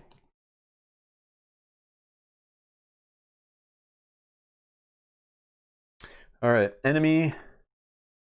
A long attack, dealing 1 +1 direct damage. Nope. Mercy heals nothing. This is fine. Each enemy carrying objective. Nope. Okay, here we go. Activate. For each inactive objective, choose the enemy nearest it that is not carrying an objective. Move chosen enemy 3 spaces towards objective.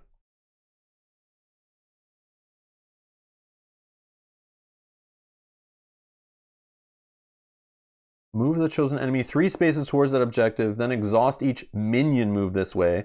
So this guy doesn't exhaust. That sucks. Okay.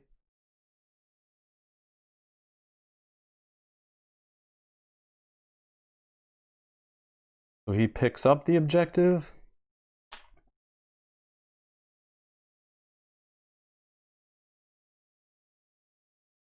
He can only carry 1. Okay.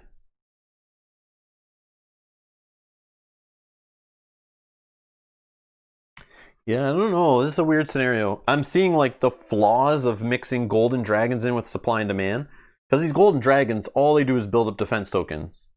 And since the deck is like 99% minions, you're not going to be able to take them out fast enough with 1 solo character. So they're just going to keep building up defense tokens. So you kind of got to ignore them. But the problem is they'll grab objectives and run to the exit, and they're basically invincible because you can't like you have to hit them with direct damage to get them to drop an objective. So like, yeah, you don't have that many direct damage attacks, I guess, except for she has it like kind of, I guess, while she's on this side. I'm just seeing the flaws of like, now this guy's going to keep building up, but like I somehow have to hit him with 5 damage to get rid of the card that keeps giving him extra defense tokens. But he also has a card that gives him defense tokens even no matter what, and I can't get this card out of play. And then I need to stay in cover as much as possible, otherwise I start getting hit out and about. So this is a scenario where, like, against the Golden Dragons, you want to be running and attacking minions like crazy, I guess, or at least the boss. You need to hit the boss like a ton to keep his defense tokens down. I guess. I don't know. This A-Long guy, he is tough.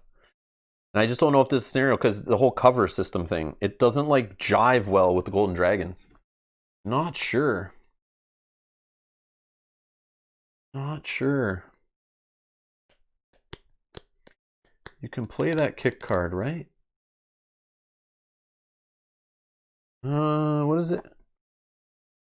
Reveal the top card of any fighter deck, then you either put that card into play. I don't know if that's how it works. Like, these guys worked at FFG. Anytime it says or put into play, it's not the same as playing a card. But I don't know if that applies to this game. Put into play or discard it. So I don't know if you're allowed to put into play a snap kick attack card. Yeah, I don't know. That would be interesting if you could do that, but that would be weird. Yeah. Where's the play a card? Play a card. Play a card. The active fighter may play one card during the play card step. Attack and ability cards are played, resolved, and then discarded. Tactic cards are played into the fighter play area and remain in play. Yeah, I don't know, maybe. When a card is played into a play area, I don't know, maybe it's not as hardcore as that, George. I don't know. Like, it doesn't seem like they care about put into play versus play.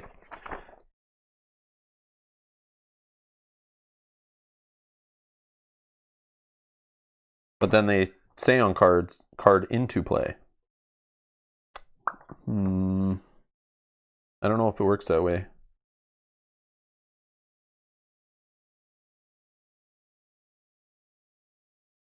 Oh well. I forgot to ready that. Oh well. Okay.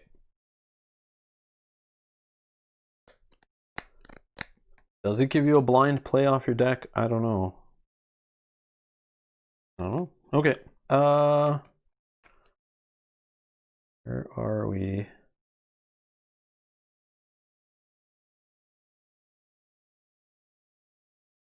These guys defense. We did all that. We picked it up.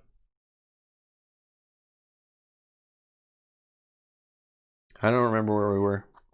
I think we were activating this. Then we activated this. Then we draw off of here. Purple objective. Oh. Okay. Purple. Right here. Okay.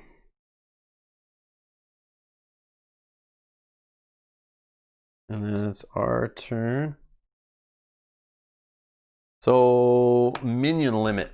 How does the minion limit work?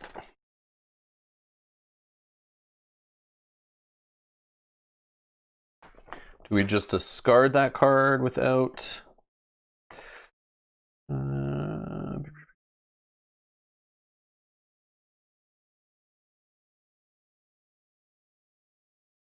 or does this game not have a limit? I forget. I thought there was a limit though.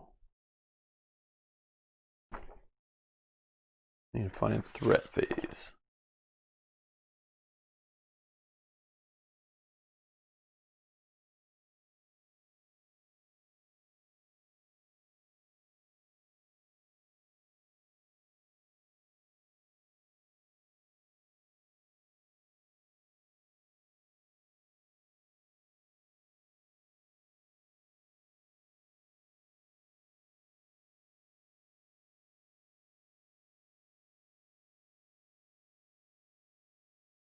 Is there a limit to how many minions you have in play? I thought there was, but I don't know. I might be thinking of a different game.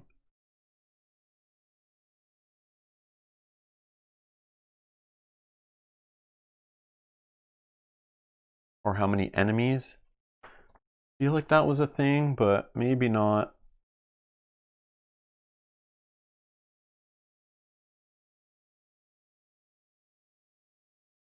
There is no minion limit. Oh, okay. So it's just your table size, I guess? Hello, Matthias. All right.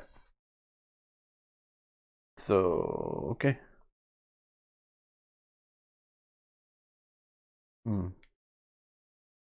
Yeah, what game am I thinking of?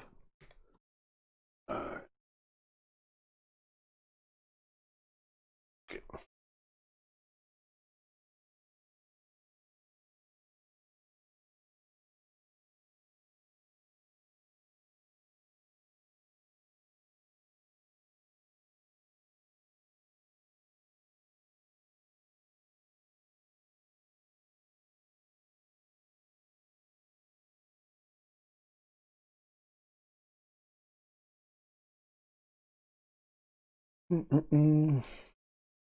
Yeah, I guess we'll just throw that out of the way. Okay.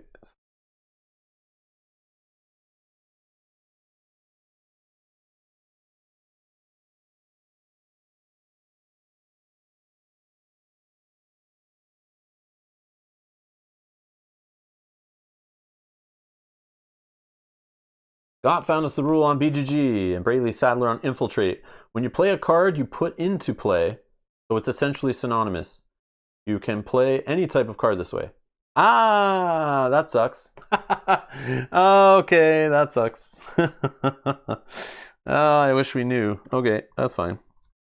I'm just so like played so many LCGs, right? Like it's super hardcore in most FFG games. It's like play and put into play.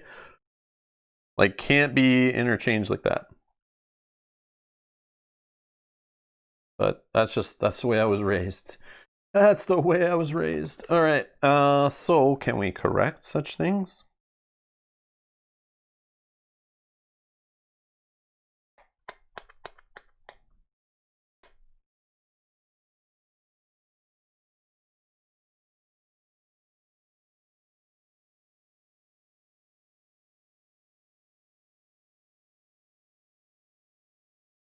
I don't even know who we were beside when that happened, if at all. Was it the boss even? Your tiny voice could not be heard. But George, like, I didn't know, like, yeah.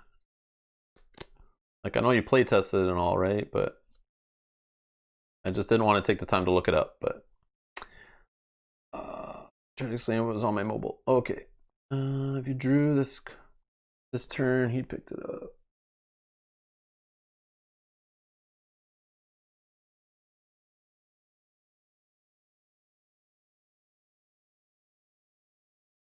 Yeah. Okay. I don't know. I don't know. I don't know. I don't know. Okay, so that was this enemy coming into play, right? So we got to do this guy here. And get a kick. And a grapple. Hey, Sean. Right. Yeah, this is like falling apart fast here. Probably shouldn't have put this stage with these enemies, but I don't know. I just think the Golden Dragons is tough by yourself. Like solo character. I don't know. They're messy. Hey, Velko. All right. So now what? I don't know. I think I'm. They're toughest in the base game easily? Oh, okay. Well, that's who we painted second, so. But that was a different stage, though. I feel like the combination of stage here with the cover system is like totally messed up the way I would normally play on a stage that doesn't need you to kind of like magnetize yourself to certain spaces, which goes against these guys. It just lets them run wild, right? And she doesn't have the range attack like you were saying. Yeah, so I don't know. Yep. All right, so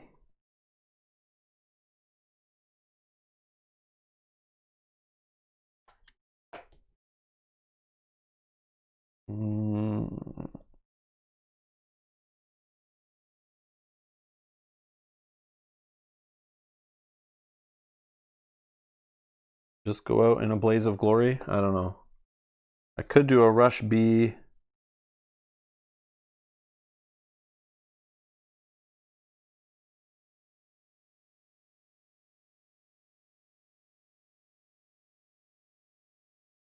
Yeah, maybe the card shuffling. I pile shuffled this and mass shuffled it about 5 times before starting the stream.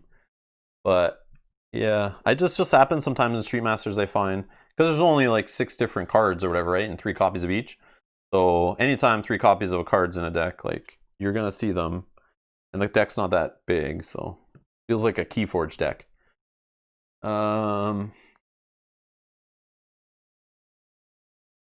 Like size-wise. Imagine the 3 commandos chilling in the back of the deck. Yeah, they're in there. I should have more aggressively tried to find them. I don't know.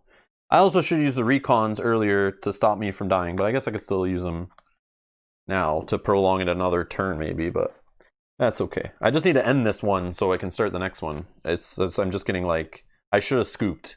I should have scooped already, because there's no way I'm winning this. Okay. Let's see here. I don't even remember. We're thinking of a rush B. And then attack the boss, maybe. I don't know. 1, 2, 3, 4.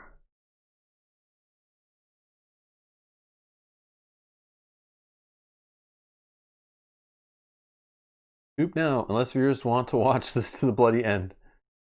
Saves more time for next video. Forfeit is valid, yes. No, it's okay. I'll play to the end. I learn more. Like, even I learned this from tournament play for any kind of competitive card game.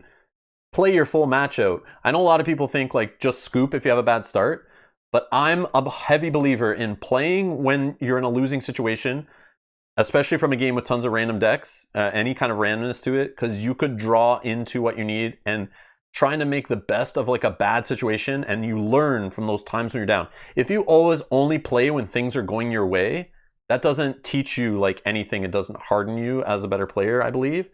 So I'm okay playing in this situation, trying to like figure it out.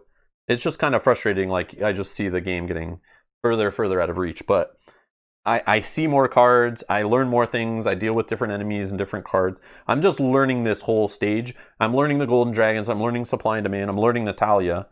So like, it's not wasted time by any means, in my opinion. All right, what do we want to do? I just think I want to be funny and just play the Rush B thing. And then we get to the boss and just punch him. And I get to other cover. Not really. All right, let's just go blazing. Let's do a Rush B for fun. Also, I'm misplaying cards. Like, if I'm not using Infiltrate correctly, and I wasn't valuing it as good because I didn't realize you could play every card off the top of your deck. Could have been a full different playthrough if I used this card correctly and played it earlier, which I see more. I didn't value it enough. Suicide Run, yes, that's what we're doing. Okay, so a Rush B, you may move up to 4 spaces each time you enter a space during this movement. You may attack, dealing direct damage. Each of these attacks deals +1 direct damage if you've not attacked that target yet this turn. We also get an extra direct damage from her ability. And yeah, okay. 1. So we'll attack this Dow here, whatever.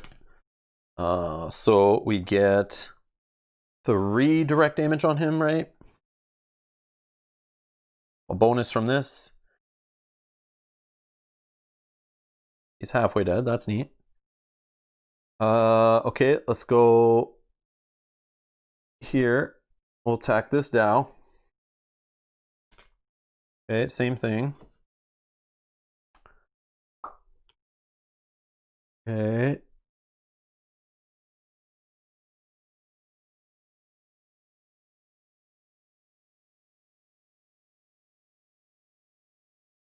Let's go this way. We'll attack the same one. So we just do 2 more. Okay, so it was 1, 2, 3, 4, right? We'll attack the same one. And this is direct. Let's just take a kick, I guess. And we take out this Dow. Right.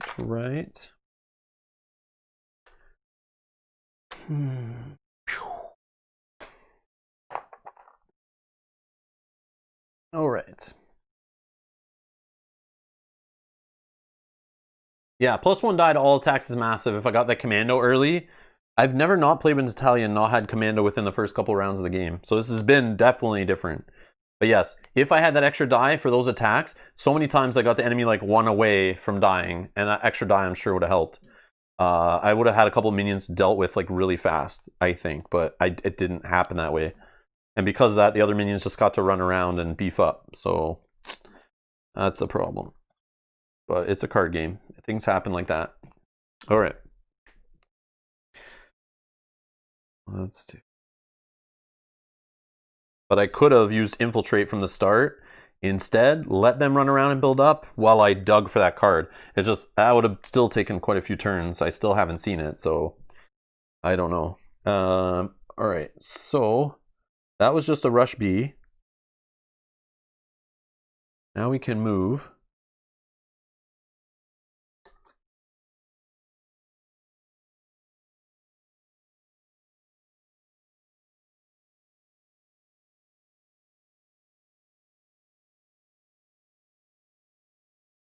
Punch attack, add +2.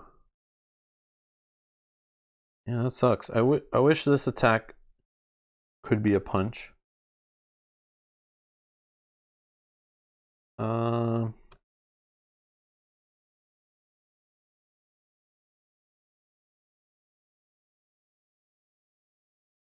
Let's just move on to this token, I think.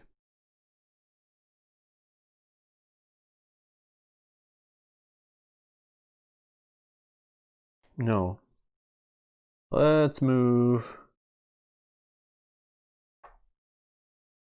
I don't know. Maybe we just go to the boss? No, let's go to this side. Get away from these guys. Actually, let's go here. Yeah, we'll go on this side. We'll use our 5 move or whatever. We're going to go at the boss, I think. So we've played a card, but we can do this. Let's do this Infiltrate.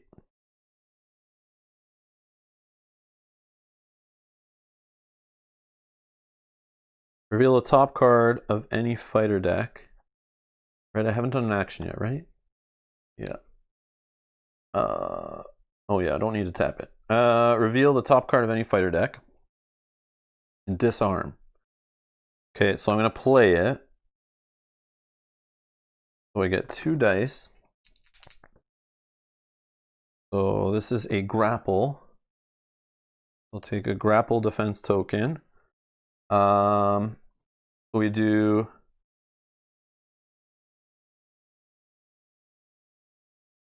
+1 direct, plus a grapple damage on the boss, right? We take away a grapple, a direct damage to the boss, and we get to draw a card. Also forgot disarms draw card effect. I've been holding it, waiting for the boss to get like a card beside him. I don't know why I was doing that. But this will draw us a card. Razor's Edge. Wow. What junk. All right. Okay. And then you may discard this card. Oh, I should have... let's say oh no, I wasn't unengaged. I was unengaged at the start of my turn. Whatever, that's fine. All right. So I will discard this card to attack with 2 dice, dealing direct damage. So we get 2 direct damage on the boss. And we get a, let's take a punch defense, I guess. Okay.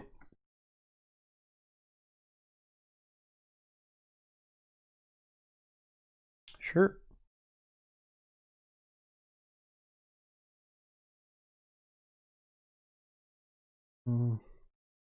Okay. So now we react. So he's within 2 spaces. He deals me 3 punch damage. I take 1. Going up to 2. I'm at 14. Then I take a direct damage. 15. This guy's going to advance 1 space. I don't know if he tries to avoid the objective. I don't think so, right? So he'll just pick this one up.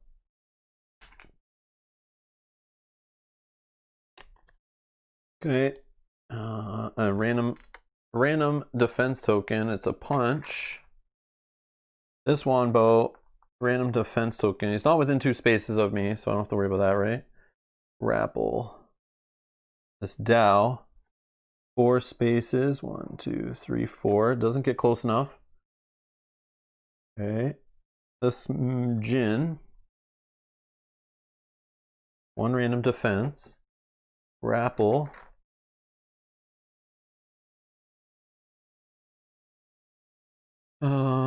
Three spaces. 1, 2, 3. This one. 1, 2, 3, 4.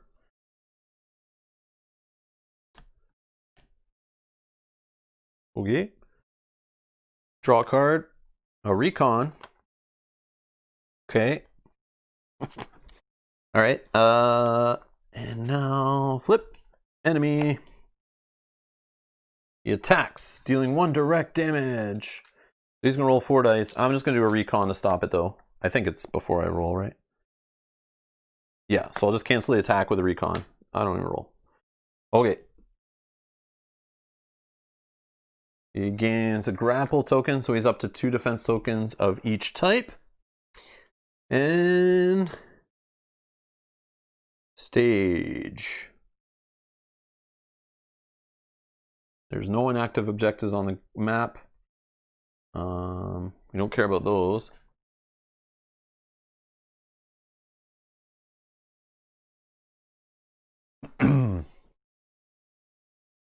Excuse me. All right. Let me draw from here. Oh no, we forgot this part. Each enemy carrying an objective moves 3 spaces towards the nearest entry space.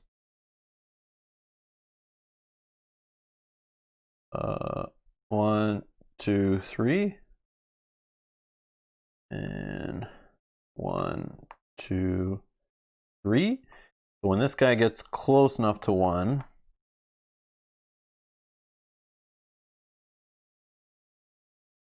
where the heck was that?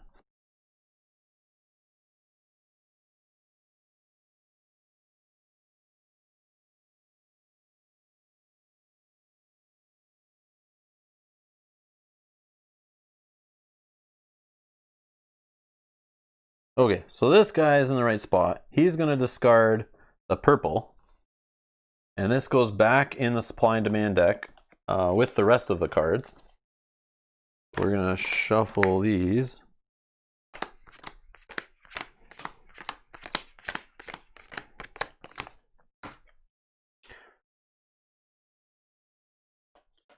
Matthias, no. Supposedly in the app, you can discard that stuff from hand. And we were discussing it earlier. Someone found an answer on BGG.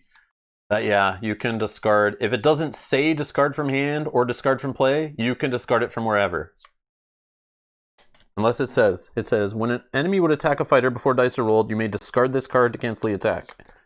So yeah, you can discard it right to the discard pile, and then you have more stealth cards in your discard pile. Yeah, I didn't realize that either when I played her before. But we found out today in chat. But let me know if you know otherwise. But I'm pretty sure that is how it works. All right. But I didn't realize it, though. Okay.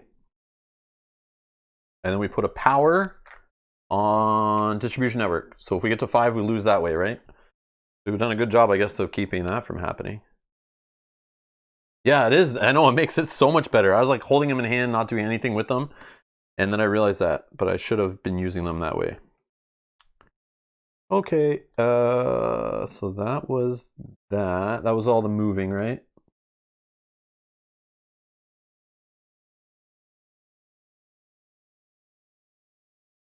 Another drive-by. This card deals each fighter not in cover space 2 general damage and 1 direct damage.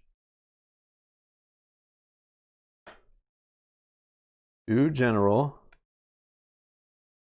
and 1 direct. We're still alive. Yep, we're 2 away. This is funny. Okay. Oh, here we go. Invincible armor tactic. Even worse. Elon can block damage using defense tokens from this card. We'll throw that there for now. We can get rid of that one with the disarm, right? Yeah, we have a couple in hand. Okay. So what's what here?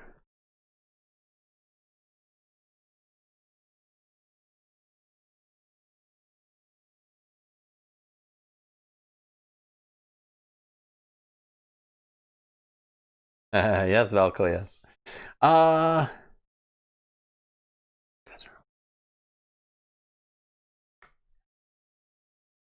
Yeah, it's not figures, it's just fighters on the drive-by. There's a different card that does figures. Fighter or figure? I don't think so, Jim. This one's just fighters. And then it talks about if there's no inactive objective in play, but there is one. Oh no, that's being carried actually. So I need to draw another stage card.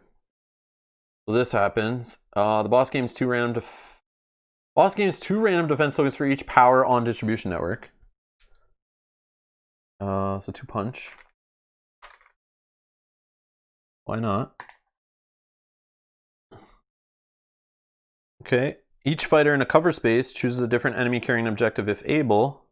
Each chosen enemy moves 1 space towards the entry space nearest it. So we're not in a cover space, so right? Nope.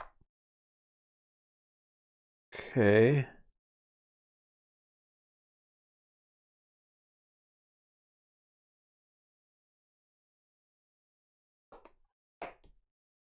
Threat. I just did that. That's that. All right, our turn, right? Oh yeah, I forgot to discard tokens from this guy. So he didn't drop his objective, right? Not that he doesn't have tons to spare, but we still had to do it.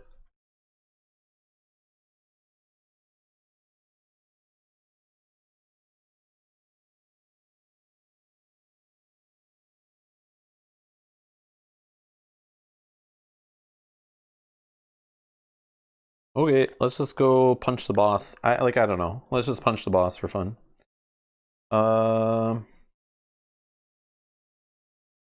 Can we do a card before we punch the boss? We want to disarm him, right? Let's move to the boss. Whatever. Actually, let's go to cover. Let's go to cover for fun. We'll get smacked by these wand bows.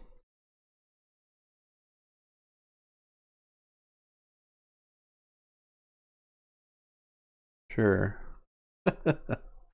We're gonna die next anyway. Alright, so let's go disarm. 2 hits. This is grapple. So it knocks away this, but we do 1 direct damage. He'll discard a token. Let's discard this one. So he doesn't drop the objective. Okay. And we'll discard this card, controlled by the opponent. Okay. And then we'll do our attack. 3 dice. Okay, so we'll take, I don't know, a kick and a punch. Defense tokens. Direct damage, we're doing 2. So this guy goes to 6. And we'll discard a kick. Yes. He doesn't drop his token. We flip. But then we flip right back. Spending 6. Whoops. We still, oh, we have another 6 energy.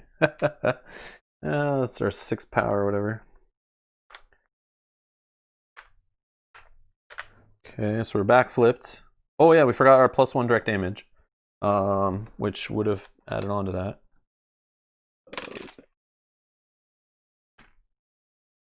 Okay, that's 7 out of 20. Okay. We moved, we played a card, we attacked. So react. He's within 2 spaces, so he'll deal me 3 punch damage.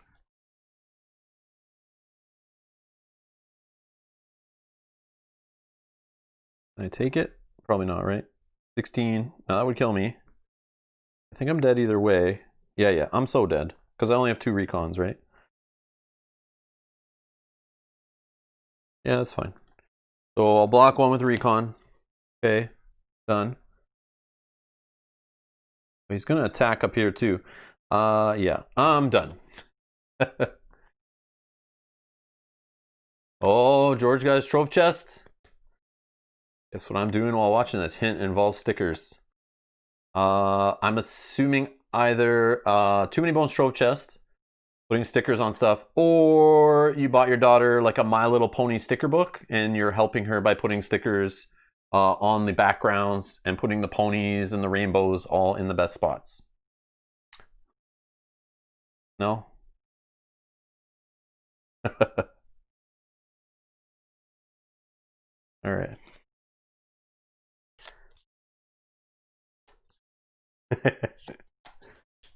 Your daughter may be too young, but you're not, George. You're not.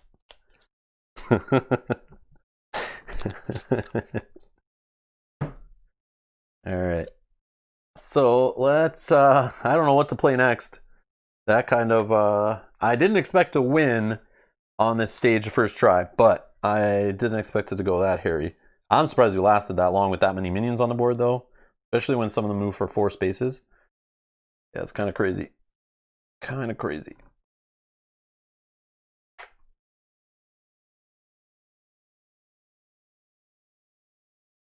Punch. Kick. Grapple. All right.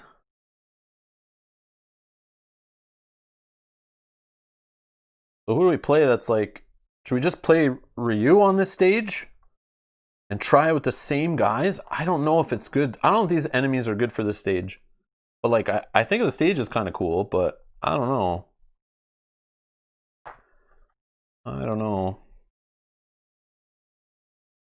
Or thank you for the super chat. Game over. But we're not done here on today's stream. We're going to keep going. All right, Brandon. I don't have Brandon painted. I can't play with Brandon. I'm not allowed to put gray plastic on the board. I'm not allowed. My own rules. For this game. I can choose Gabriel, Megan, Ryu, or Natalya. So let's let the chat decide, actually. Let's go. Let's do this. Gabriel, Natalya. Okay. Where's the rest?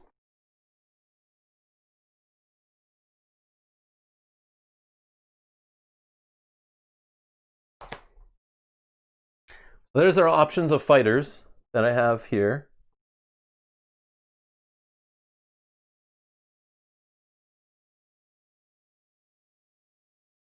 Rob, looking at this gameplay, it seems like a chore. Hope I am wrong. You are wrong. This is fine. I did let this scenario get out of control, so I had like way too much to do between rounds. Watch Monday and last Friday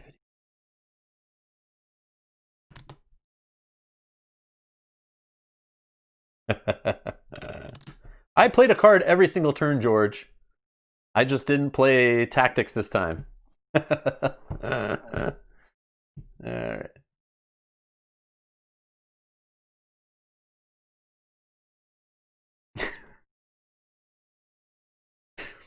Matthias says, I vote to give Natalya the chance to redeem herself going commando. He means put the commando tactic card in play. Get your mind out of the gutters, you sickos. All right. Let's see. Yeah, George is right. This session, I would go back watch our first playthrough, Velko, if you want to see how the game properly functions. This is me playing this scenario for the first time, and these enemies for the first time not in the app, and I'm still kind of new to them. So I let them get out of control. I let it get way out of control. And I just kept going. I should have scooped earlier, but Megan, you want me to play Megan? I see some votes. Scott's voted for the blue one, so Megan. Okay, let's describe. Well, keep getting your votes in. Drop in Gabriel, Natalya, Kyo Ryu, or Megan in the chat. But Gabriel, we played him in yesterday's digital stream. He works defensively. He's a grapple kind of character, not too heavy on the offense. But yeah, he's all about the defense tokens and grappling. Natalya, we've just seen. She is big damage. Well, potentially big damage. She has some direct damage effects. We saw how she works there. Sort of. Not really, though. Then Ryu is got ranged, a little bit of healing. He's kind of well-rounded, I think. Then we have Megan, who can like run around the board, tries to put her chi cards in play. And she's all about the kick. So this is like a puncher, kicker, general damage, grapple damage guy.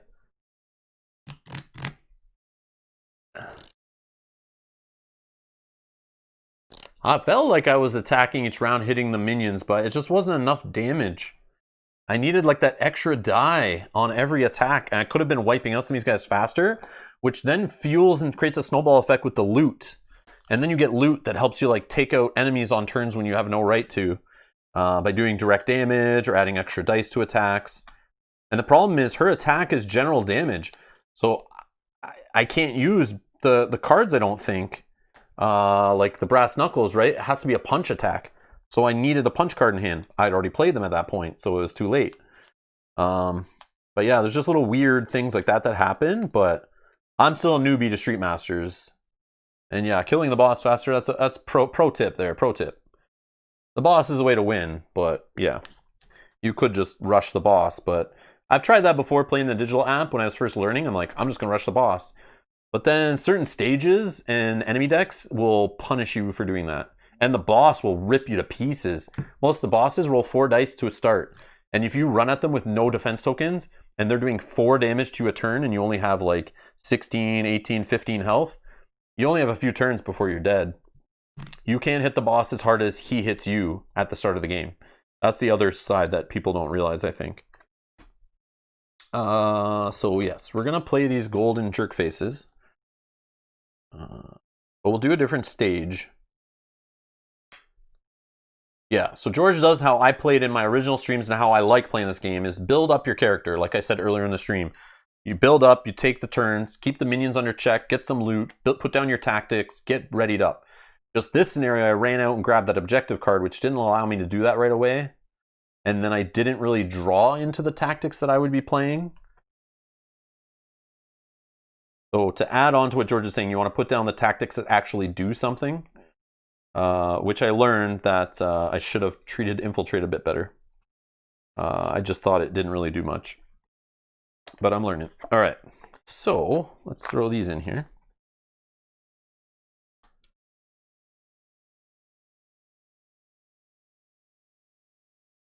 Natalya, I don't know game-wise what she represents, but she's like Cammy from Street Fighter is how I picture her. She's small, but does like huge damage. That's kind of how I picture Cammy, but I guess Cammy in Street Fighter doesn't really deal huge damage or anything. But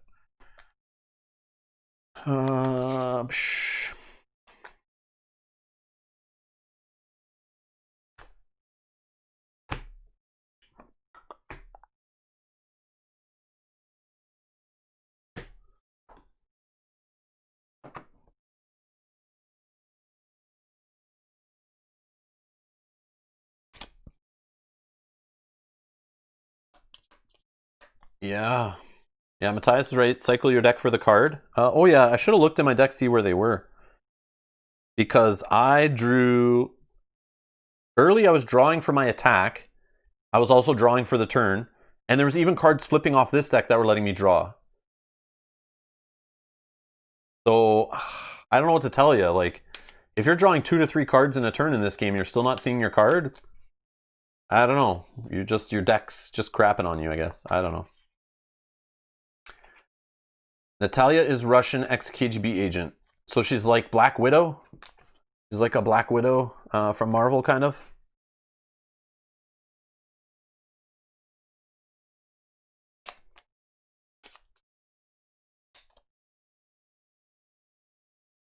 Mulligan all 4 first turn. That's what I said earlier. I should have been way more aggressive mulliganing. I should have just took it. Character reminds me of the Jumanji girl. Alright, so let's see what names were dropped here for character-wise.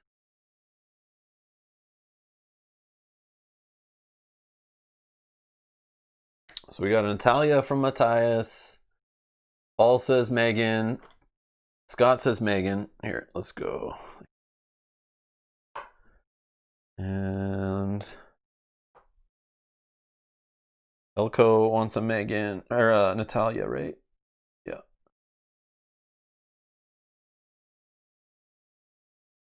And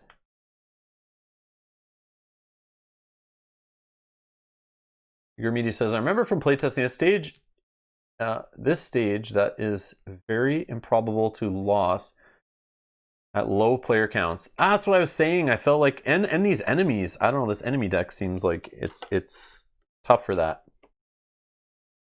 Got a couple Megans.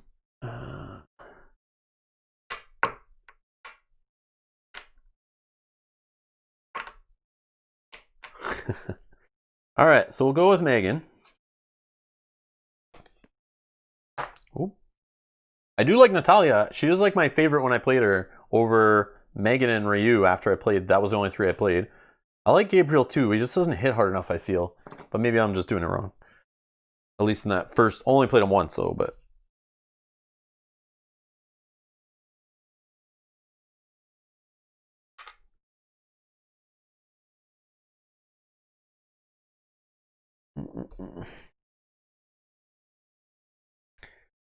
Okay. So Megan.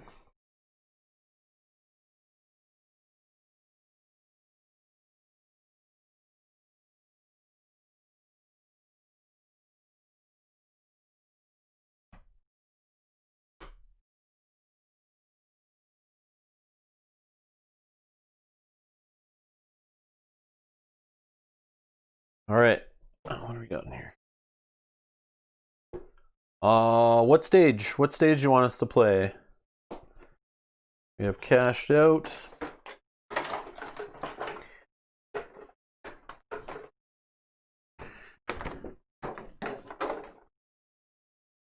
Right to Remain Silent. Gone Ballistic. Sudden Death. Steal Memories. I don't even remember the ones we played yesterday. Sudden Death, did we play? I don't know. The names don't really stick out to me. Cash Out sticks out because it's like freaking purple board, but original copy, Compromised. I played this one in the app one time. It's like Office. Where you have like scared office workers running around. Random? Okay. Okay. How do we do this? Right to Remain Silent, says George. Where is that one? Or Compromised. We'll do Right to Remain Silent, I guess. or compromised? Let's try compromised. Yeah, let's do compromised. Played it once in the app. I don't really remember. That was like a week or two ago, but we could try it out here.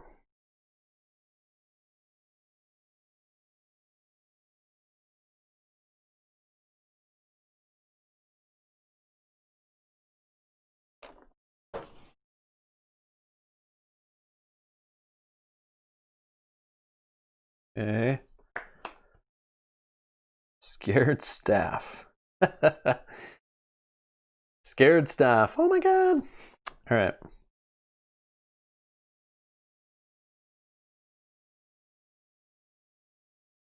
Hacked security system. Okay.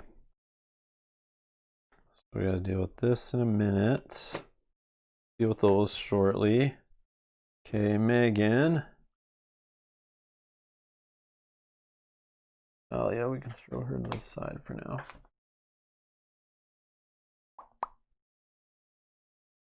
In.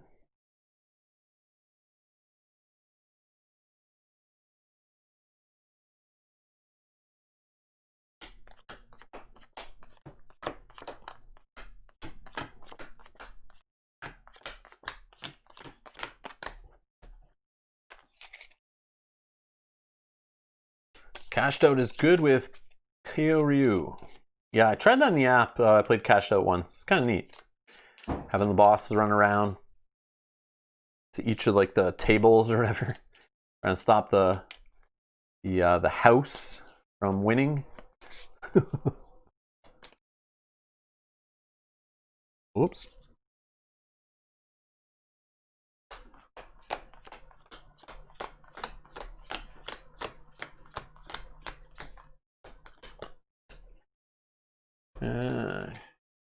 Cash out gives you tons of energy. You want good ways to spend it. Ah, yes, Ryu does that.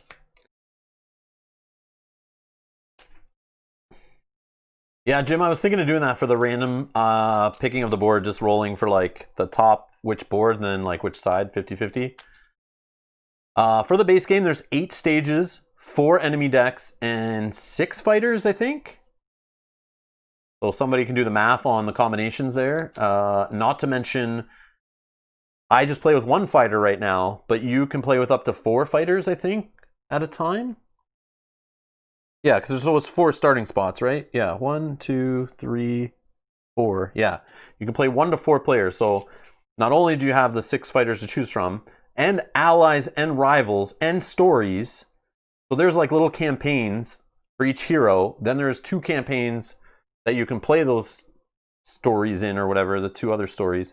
There is like quite a bit of stuff in this box. Like, not to mention all the minis for that. For each of those enemies, the decks, 4 enemy decks. So there is 12 different types of minions, and there is 6 different bosses total, because one of the enemy decks I think has 3 bosses in it. And then each fighter, so like Megan, for example. So you have their 24 card deck that we play with, right? But then you also have story perk cards, story penalty cards. You have these like upgraded cards that have these yellow little lines on them. So like as you play through a story, I'm pretty sure you can like upgrade stuff. And I don't have any expansions. And to be honest, like I have no desire for expansions right now. Like none at all. Like I'm still experiencing stages and combos and that. And I'm sure I'll play this game for, you know, a few days longer, a few weeks longer. But then I have to like put it on the shelf and start focusing on other games. But I definitely will come back to it. It's definitely an amazing solo game. I still haven't even played it multiplayer, and that will happen this week. I'm going to do that. However, I have to get it done. 6 times 4 times 8 is 192 combinations. But then on top of that, George, add in playing it. You have 6 different fighters, and you can do solo, 2-player, 3. Like you can do 1 fighter, 2 fighter, 3 fighter, 4 fighter, and then each mix of the different fighters in those 4 combinations. Plus, like, you play how many different fighters in 3-player, and then in 2, like, I just, the possibilities make my mind hurt at that. And then you start throwing in rivals and allies into it, which, like, then change up the amount of possibilities. So this is why when you say, Rob, you need to get all the content, all the expansions, all that, I don't know, this base game just has me, like, my mind blown how mixed up and how much stuff there is. So, like, every time I pull it out, if I put this on the shelf, let's say I play it, you know, a couple more times, try a couple more stages, I still haven't played everything in the box. I throw it on the shelf. Next week I play story mode for like one of the 2 stories, plus for like 1 or 2 fighters maybe.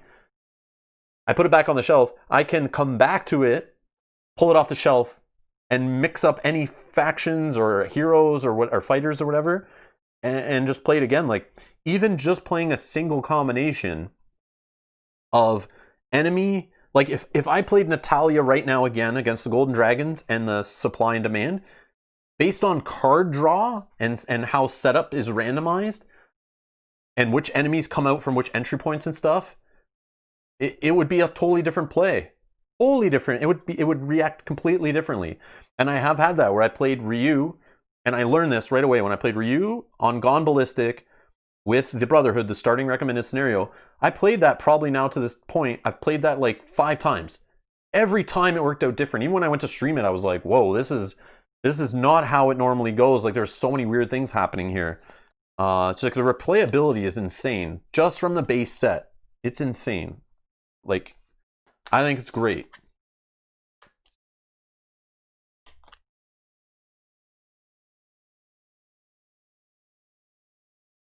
Like, compare it. So it's, I know some of you guys in there love Too Many Bones. Compare the base set of Too Many Bones replayability. Okay, so you have 4 characters instead.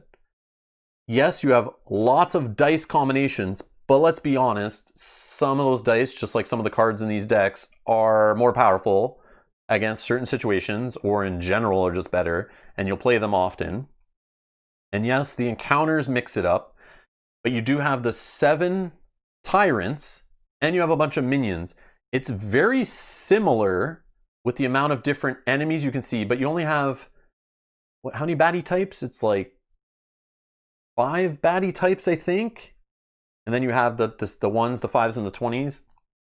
But it's similar in the amount of combinations, but it's like, I think the combinations in this are even greater, and the replayability is even greater, because you have 6 different fighters that all feel different. But yeah, I don't know. It's insane.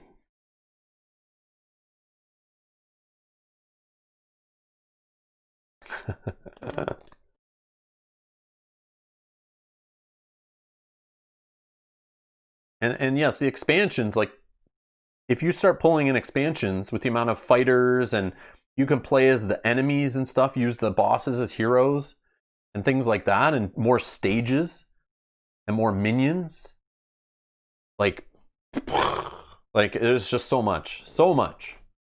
There's tons of expansions for this game that exist. It's like endless. Like, you could own it all and it's just be endless, like the amount of combinations you can mix. George says, right now this is the #1 game I am excited to put on the table. Yeah, George has it all. And you probably played about 2/3 of the content at least once. But obviously not all the possible combinations. The cool part is, like I showed with the app yesterday, it's just base set stuff mainly, but the fact that it'll track everything you've done so you can try to do it all is kind of funny. I like that. Ahead of Too Many Bones and Spirit Island and the 7th Continent. Is it because the setup is quicker, George, than all of those games? Okay, so these, I don't know why I'm shuffling them. But anyways. But yes. I love to talk about it, though. I love this game. Is like, it's great. It's definitely great. You know, I obviously like it, but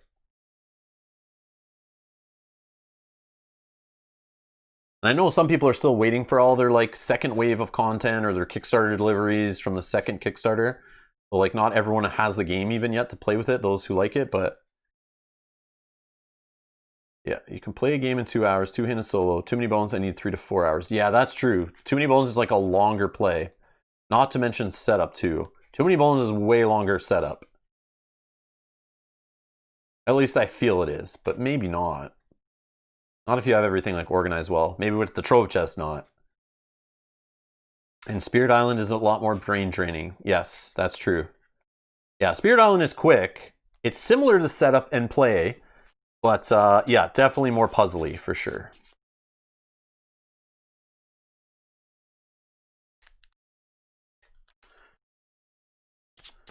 All right, let's get this one going.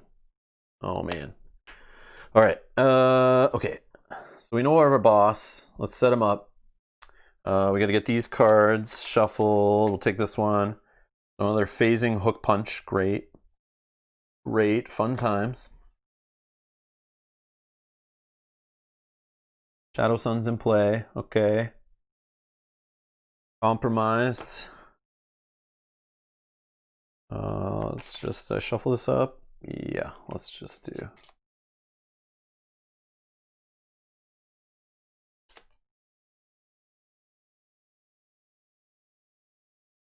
And with the Aftershock box, setup with this game is super easy. Oh, okay. Fastest play of a long game. One as Velko says, one is Empire on second turn with Star Wars Rebellion 20 minutes. Wow. So it took you twice as long to set it up than to play Star Wars Rebellion in that game, I bet.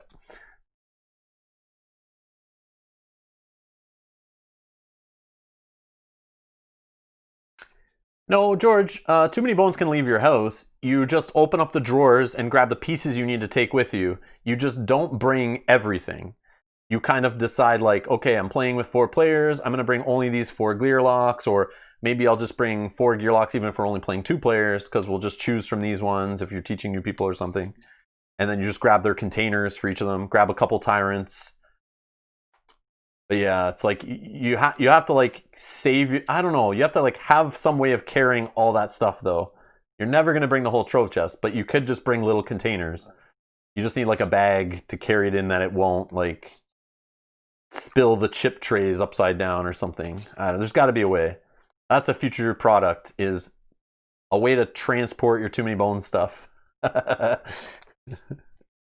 Just able to like put it all in there so it doesn't flip upside down.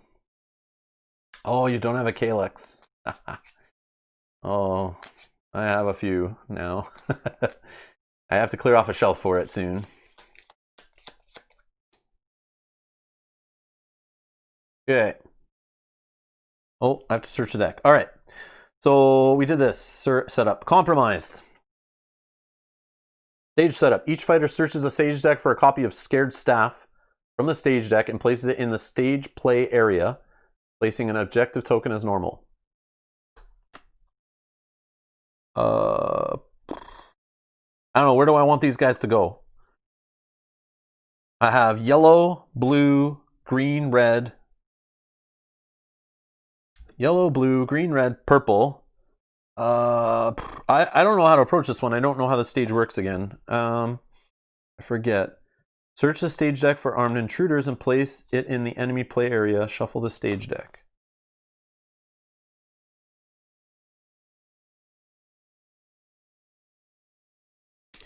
Armed intruders. So,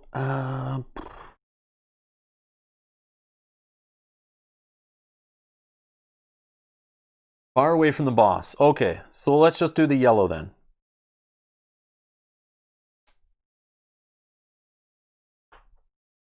Okay, we'll just do yellow.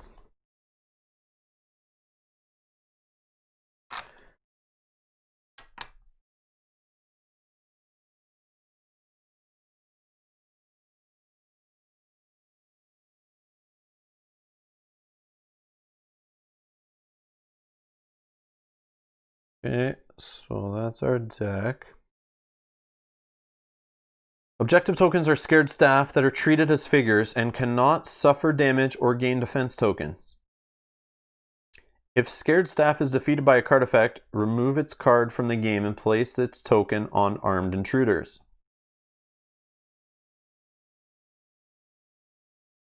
Each safe room symbol, whatever, is a safe room space. If a scared staff with no fear is ever on a safe room space, that objective is rescued. Discard its token, shuffle its card back into the stage deck, and each fighter draws one loot card. Each power on a scared staff card is treated as fear. Each scared staff cannot suffer fear, exceeding its health value. So here's the scared staff. They have 5 health, 2 attack dice. Activate.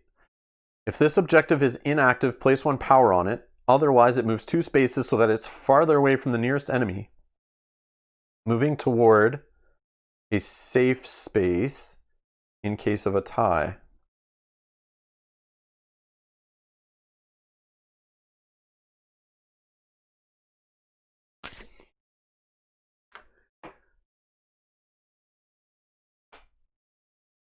Okay. You can interact on here. Flip an inactive objective in an adjacent space. Then flip each power on that objective's cards to its defense token side and gain it.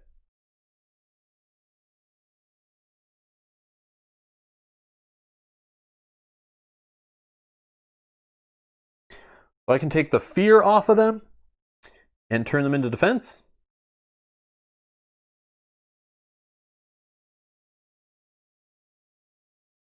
Sure.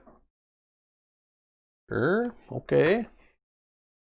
This is different. This is definitely different.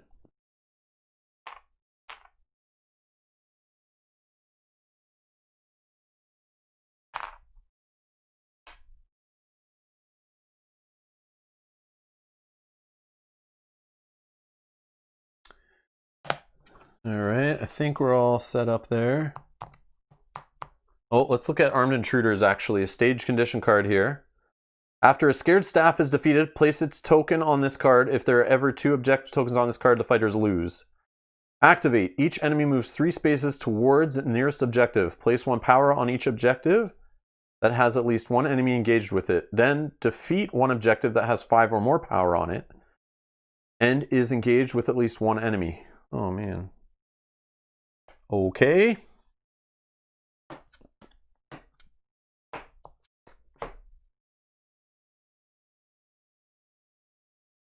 All right, we got a stage dive, a barrier will. I like keeping those.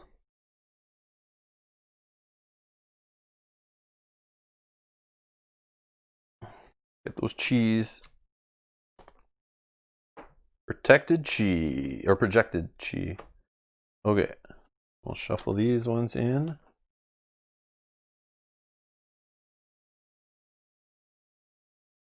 There's our opening hand.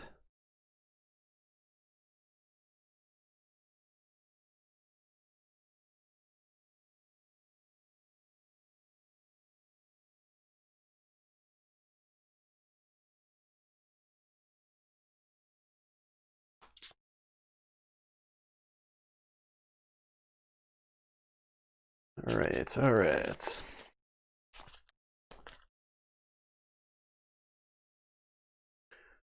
Okay.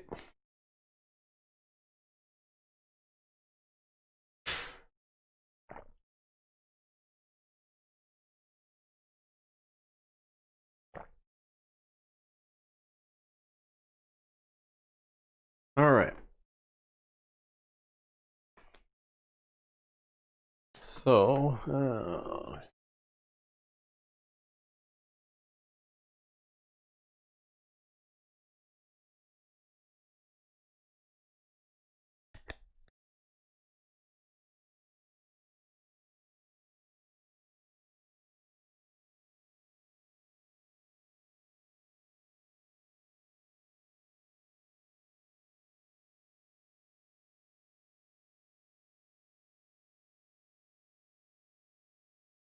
okay.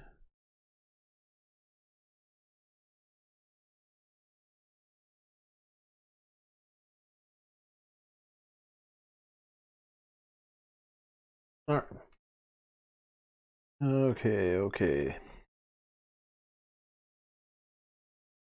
Where are we starting?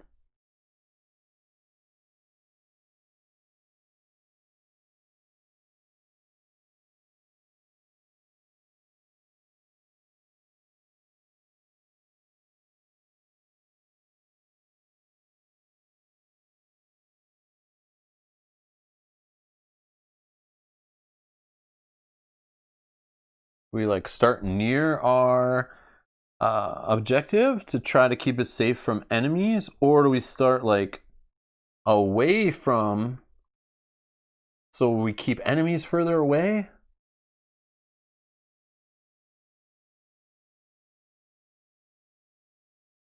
I don't know. I don't know the strategy here.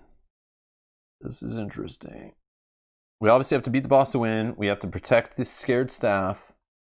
The only way to get the scared staff.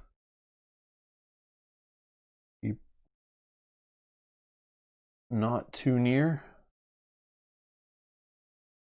Part of me wants to go like here and then try to grab some tokens.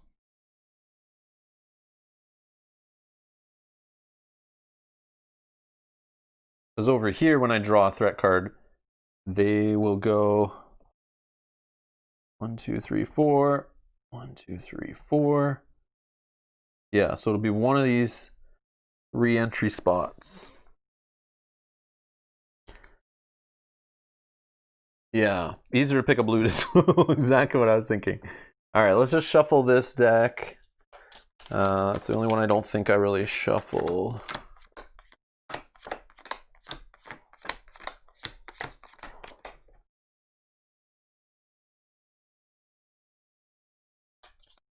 Loot! Yeah, okay, so let's go. Threats. We get a Jin coming out first.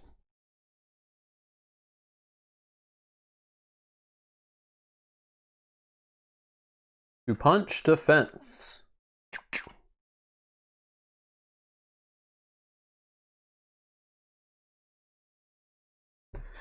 Okay.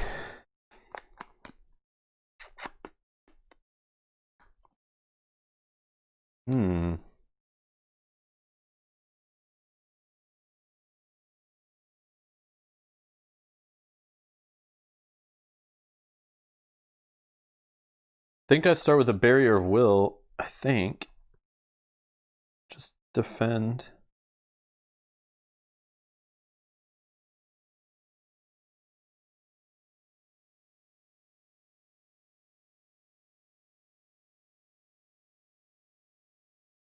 Yeah. We'll play a card, Barrier Will. At the start of a turn, we gain a random defense token. I can exhaust this right now. Gain 1 defense token of my choice. I'll just grab a grapple, I guess. We'll move. 1,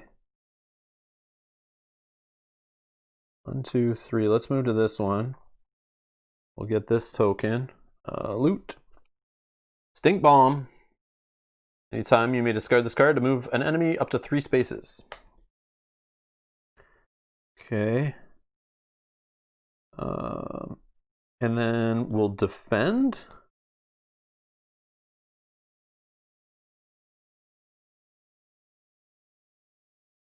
Yeah, let's defend. 2 random defense tokens. Kick and a punch. Yeah.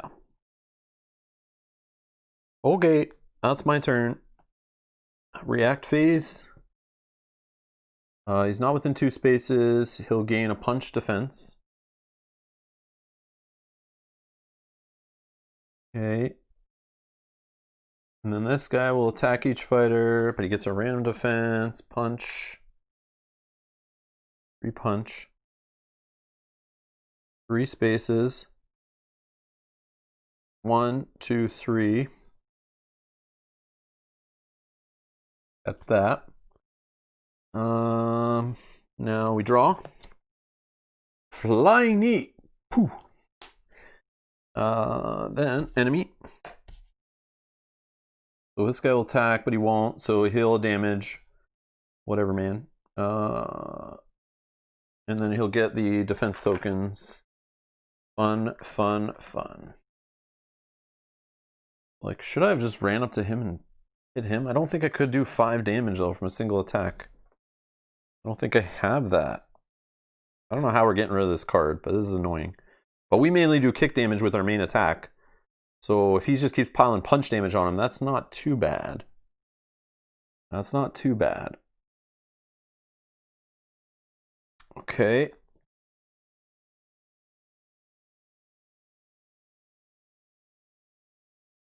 Stage. Activate. Each enemy moves 3 spaces towards the nearest objective. 1, 2, 3.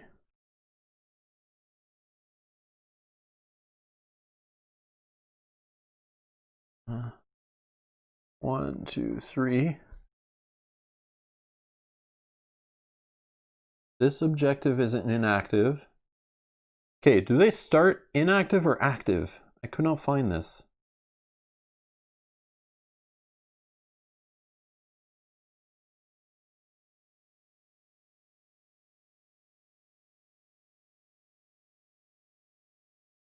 I think they start inactive, right?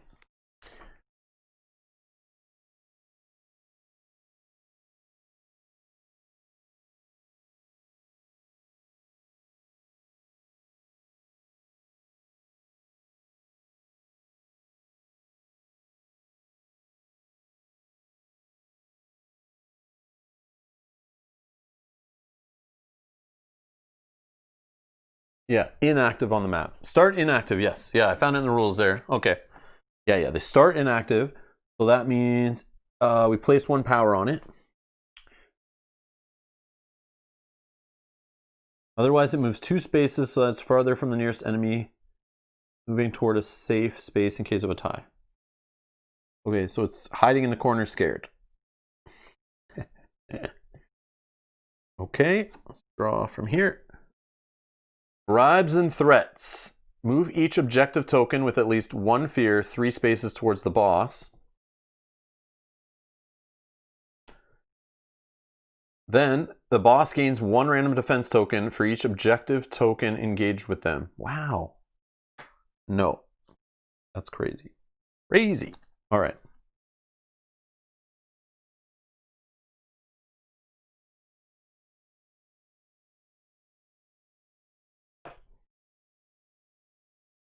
All right. We get down and play.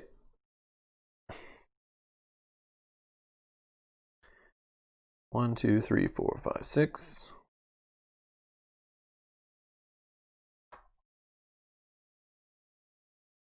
Kick and a grapple.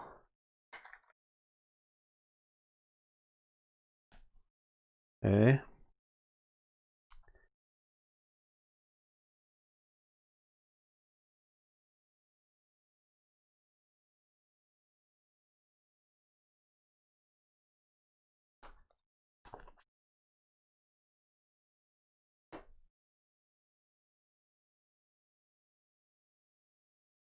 Get a random defense token. A kick. Okay.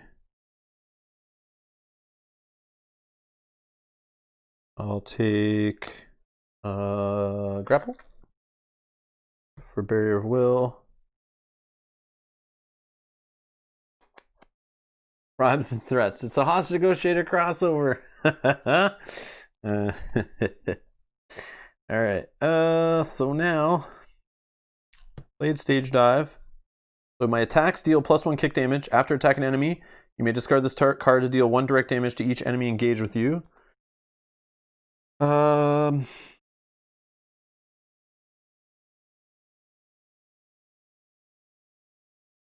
kind of want to go head off the boss. Attack, then move.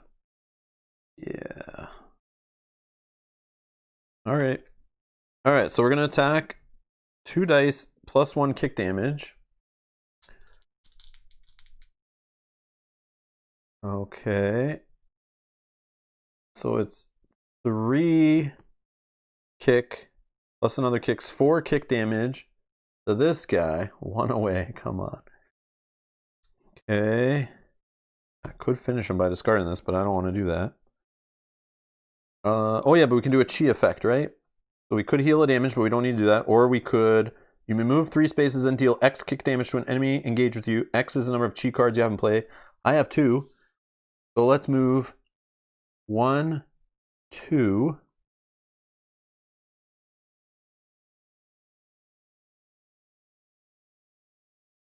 Yep, and we'll just kick this guy. See ya, bro. See ya, bro. We kick him, and he's gone. And we get a loot. Brass knuckles. Come on. I need to punch. I need to kick. Okay, so now I can still move 3 spaces.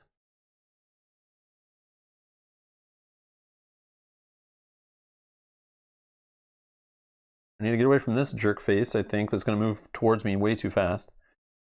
Let's go 1, 2, 3. We'll pick up the loot on the way. Yeah, there we go. We got some sneakers. Discard this card during your kick attack. Add +2 defense to the attack.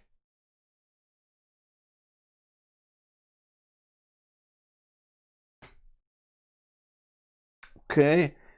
Then there's something I could do beside a token, but I think it's only interact, right? Yeah, only interact. So I can't do that this turn.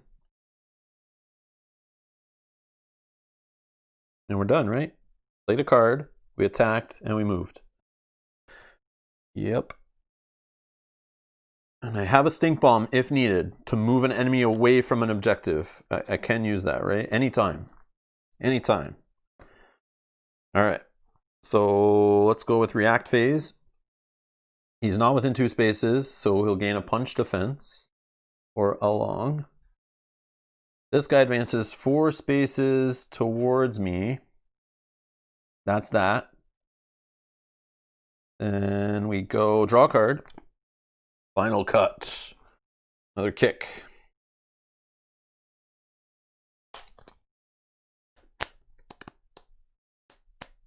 Yeah, I know I want to wait till it's more scared, right? It can go up to 5. Something about...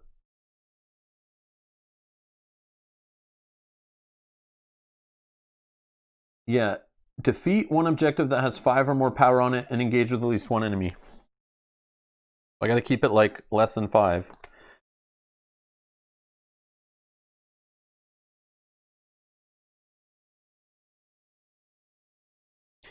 Okay, so that was this.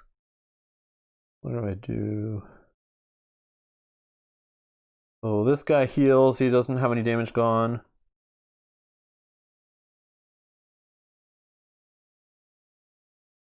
He's already good for defense. Stage. Each enemy moves 3 spaces towards the nearest objective. 1, 2. 1, 2, 3. Place 1 power on each objective that has at least 1 enemy engaged with it. Okay. Then defeat 1 objective that has 5 or more power on it and is engaged with at least 1 enemy. Nope. Activate this objective. If this objective is inactive, place 1 power on it. Okay. That's that. We'll draw a card from here. Oh no, more scared staff. Ah! Purple. And then we go to my turn. We refresh this. We draw a threat. And we get a wand bow, the blue one. And he gets no defense tokens. And he will come into play right here. All right, so it's my turn. Just gonna throw these down here. And I'll be right back in a couple minutes. I'm just gonna take a break.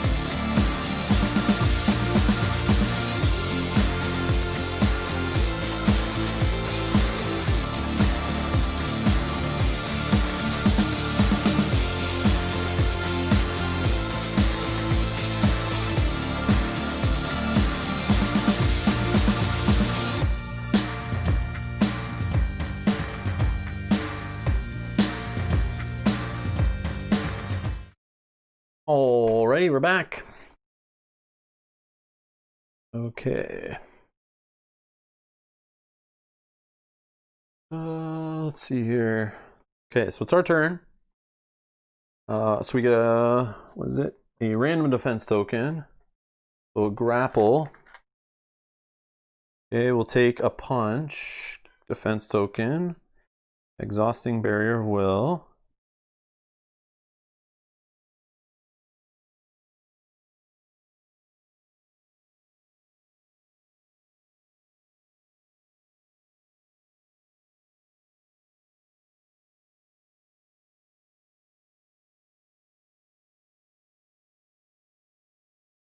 Do I interact with that now? And just get these 3 tokens? Oh, I've been picking... Sorry, I'll do random when I flip these over, because I've just been picking the same type. But I think I should be doing random, I don't know. It's going okay, Rory. How's it going? Hit boss for 5? I'm just debating like flipping to take these defense tokens. That way I have more defense. I get hit. I can charge up. I already have enough to get charged up, hopefully, but more the merrier.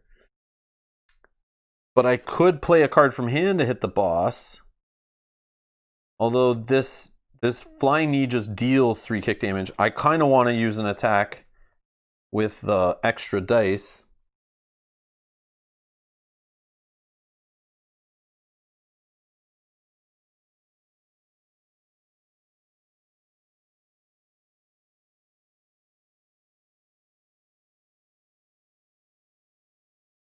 Oh. I also have Protected Chi I could play, do the interact action off this. Gain 1 defense token from each enemy engaged with you, draw 1 card, and heal 1 damage. I have no damage yet, but man, that could get pretty crazy with these guys that all these guys getting tons of defense tokens. That seems pretty good. But not right now necessarily, but...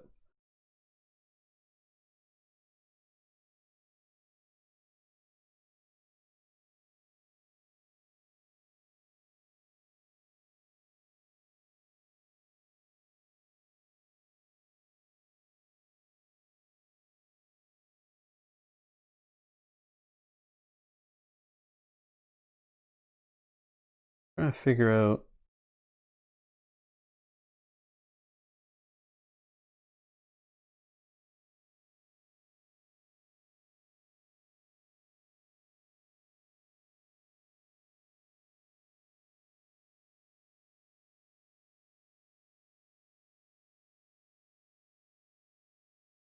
trying to think, like, if I flip one of these tokens,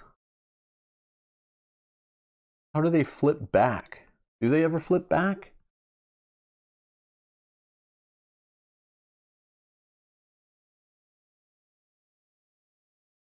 They can't suffer damage or gain defense tokens. If they're defeated by a card effect, which is this,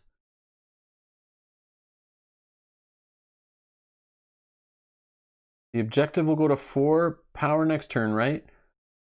It will probably go to 5, right? Because won't the boss... Yeah. So I'm trying to figure out, like, do I leave the token alone? Or won't the boss move 3 spaces? This guy moves. And then the objective token goes to 5 and is defeated. Because it says each enemy moves 3 spaces towards the nearest objective. So I have a feeling these 2 guys are going to put this up to 5 and defeat it. So I feel like I have to flip it right now. Or I could use Stink Bomb to move the boss back 3 spaces so he won't do that. But then he could... I guess I would move him down this way so he couldn't go to that one either.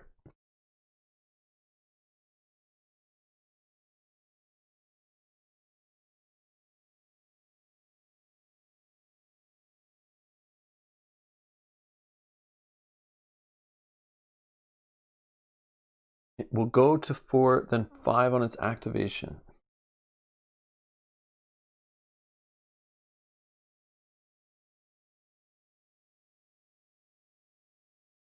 Activate. Each enemy moves 3 spaces towards the nearest objective. Place 1 power on each objective that has at least 1 enemy engaged with it. Ah, okay. Then, okay, then defeat. Yeah, okay. I see what you're saying. So it won't have 5 on it yet. I get it. Yeah. It's just 1 power no matter what. I get it. I thought it was going to have 1 each time, each enemy. Okay. That works. Okay, so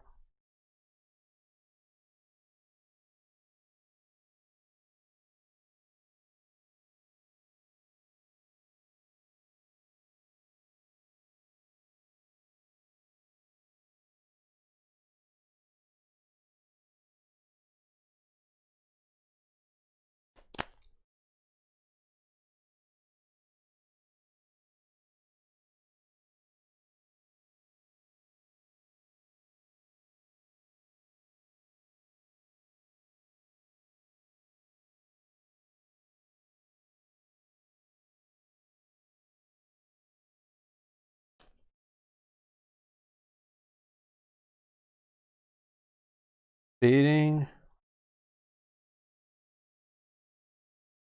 Baiting just playing protected chi.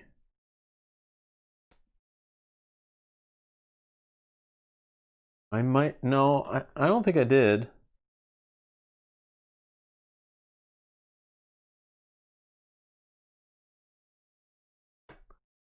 Maybe I did. Only had 2 turns, right? This is my 3rd turn.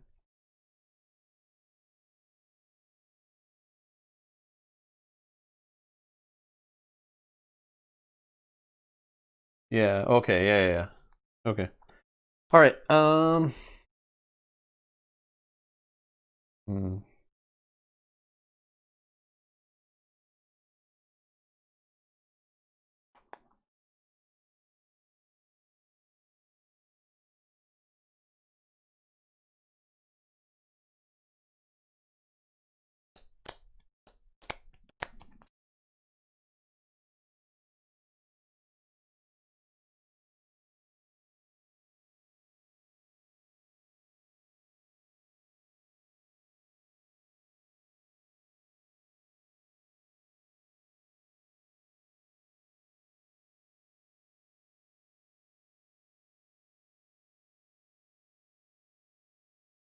Okay, here's what we do.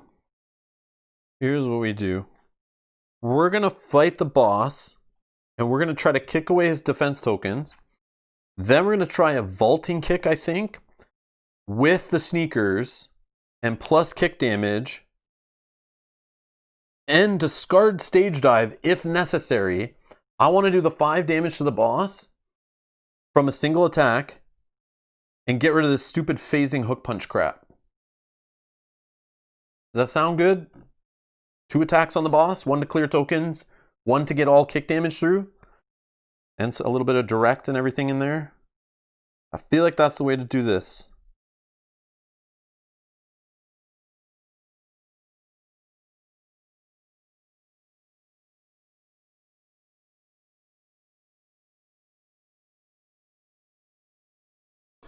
All right, so we're gonna do a vaulting kick, or which one do I do first, actually?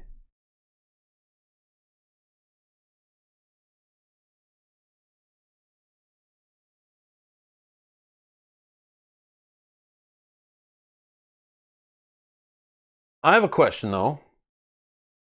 If I do this main fight here, if I do Feet of Fury and I use the channeled effect on a chi card, and then I may move up to 3 spaces, then deal X kick damage, that's not part of the same attack, right? Yeah, that's like a separate thing. Because this guy says, where is it? Where is this one about getting, oh yeah. He suffers 5 or more damage from a single attack. Yeah, that wouldn't be part of the same attack. Yeah, I know. I don't really want to discard this, but if it comes down to it, like, I don't need to get hit for 3 punch damage every turn over and over again. I also want to stop this guy from having a skyscraper of punch defense tokens too. Even though I don't care so much about punch attacks against him, but I'm sure it would be better than not. I don't know. All right, I just don't know which one to play first. Because it doesn't really matter. All right, we're going to do vaulting kick.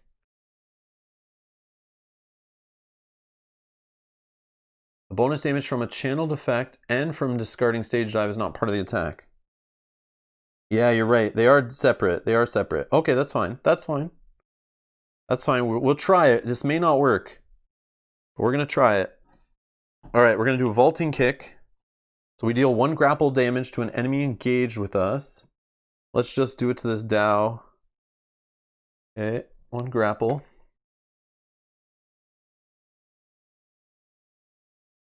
Yeah, because this guy will just get it right back, right? I don't know. Okay. We're going to roll 2 dice. So you 1 grapple damage to an enemy engaged with you. Then you may move up to 2 spaces and attack. I'll move here. Okay. Get the foot in his face like this. Okay. Roll 2 dice. So that is 2 kick plus additional kick damage. So we get rid of 2. We hit the boss for 1. Okay, so we cleared away those kick defense. That's what we wanted to do. That was super important. Okay, that's our card played. Now we'll do our Feet of Fury, right? Yeah. We'll do our Feet of Fury, where we roll 2 dice plus the sneakers, discard for 2 additional dice. We probably should have done this when we were powered up, but I'm going to try it anyway. We'll get rid of the sneakers. So we're rolling 4 dice. Hopefully we get some exploding damage too. We get an extra kick damage from this.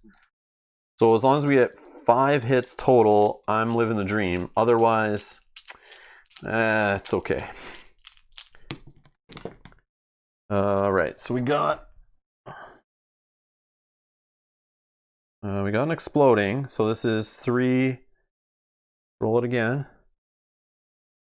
That's 4, 5. Yeah, we did it, right? Okay. Yeah, because we got exploding. So 3, 4, 5. That hits him for 5 kick total. This is a kick attack. We get a kick defense. And this card is gone because each time Along suffers 5 or more damage from a single attack, discard 1 Heavenly Dragon card. Right there. See ya. Yeah. I should have waited till the charge effect, George. 100%. That's what I just said. But I wanted to risk it. I thought it was worth it. I'm right here. I'm going to do it. I want that monkey off my back. It's gone. It is risky. Super risky. I know. I could have rolled a bunch more these little guard tokens and no exploding, and it would have maybe been bad, but I got lucky. So now the channeled effect. I'm going to move 3 spaces. Let's go 1. Okay, I'll get that loot. A soda where I can draw a card with it. I'll just do that right now. A vaulting kick. Okay, sweet. So 2, 3. Okay, I'm back where I started. Then I will deal 2 kick damage to the boss. Oh, this should be at 6, right? Sorry, at 6. And then 2 kick damage. I'll just do it to the boss.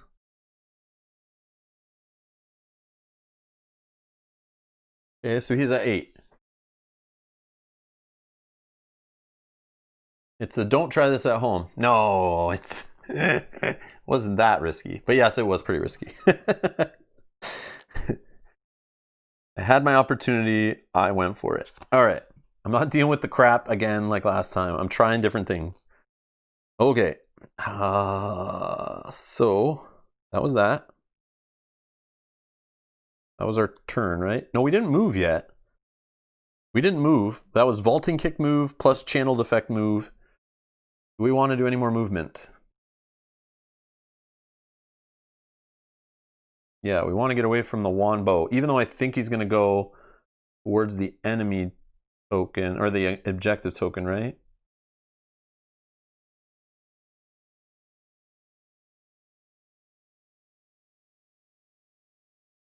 We want to get away from the boss. 1, 2, 3?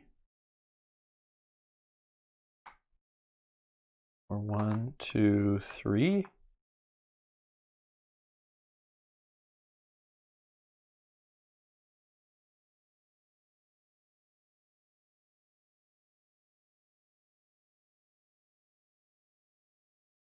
Yeah. We need to stay near the token anyway, right? So let's just do this. Yeah, I just want to, yeah, I'm trying to get away from the boss so he doesn't smack me. Okay. That's that. React phase. This guy advances 4 spaces. He's already there. He's going to attack for 3, this Dow. Oh yeah, what am I doing? So these flip. This flips. We're at 3 power. Okay. I'm going to do that.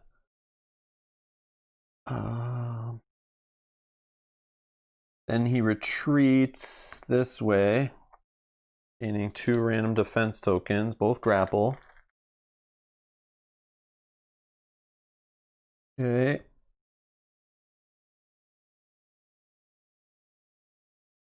The wand bow advances 1 space towards the nearest fighter. At 2 damage. Unengaged, deals 2 general damage to each fighter within 2 spaces. No damage, he's going to gain a random defense token. Punch. Okay. Enemy. Oh no, we draw a card. We draw a card. Barrier of Will.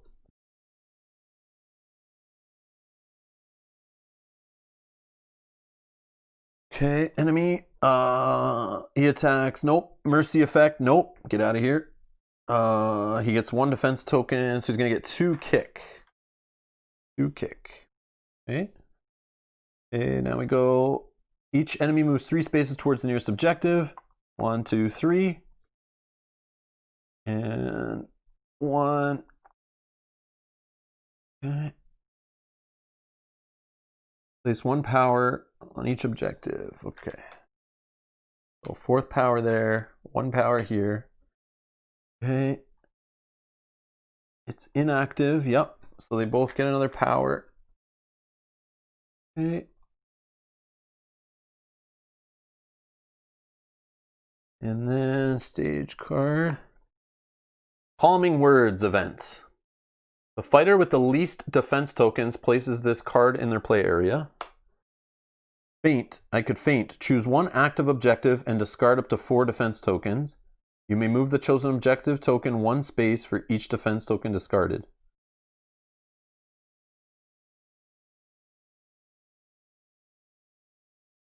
So could I get it to a safe space?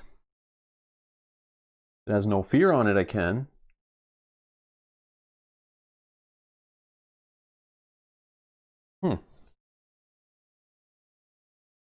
Not the best way to spend defense tokens, but...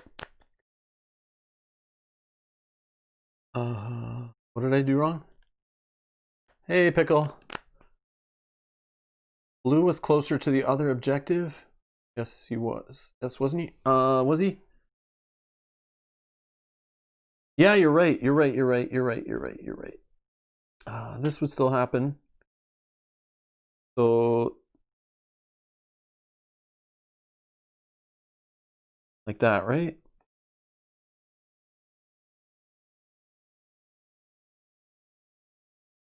Oh, play area. Sorry, play area. Not threat. Yep.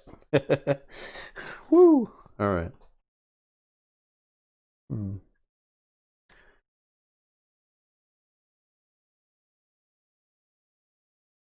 Yeah, I'm thinking of doing that. The interacting, flipping it, getting these defense tokens, and then I can use those defense tokens to just get it out of here, right? Okay, let's do that. All right, so I'll start my turn by doing, actually I'll start my turn by gaining a random defense token. Rapple. Okay, then we'll take, we won't do that yet. We're gonna interact, so we're gonna get 5 defense tokens. I'll just get them randomly though. Kick, kick, punch, grapple.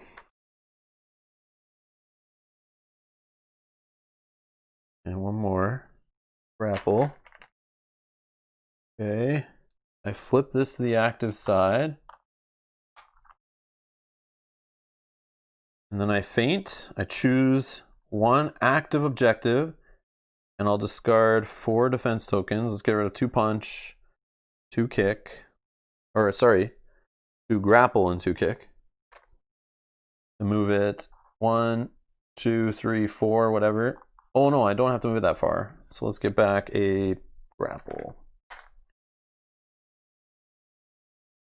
Discard up to 4 defense tokens. You may move the chosen objective token 1 space for each defense token discarded. Okay. And then we have safe. If a scared staff with no fear ever is on a safe space, that objective token is rescued. Discard its token. And shuffle its card back into the stage deck, and each fighter draws a loot card. Oh, I forgot to draw another enemy card. Thank you. So cash, scared staff, 1 bow. Okay, scared staff goes back into here.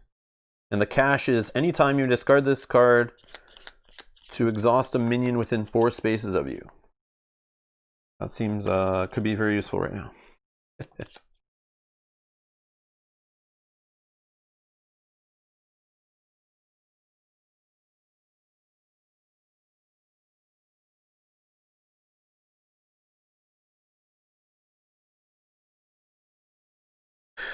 Okay.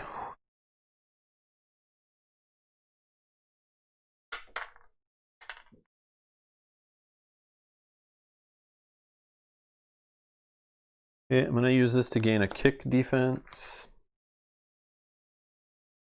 All right.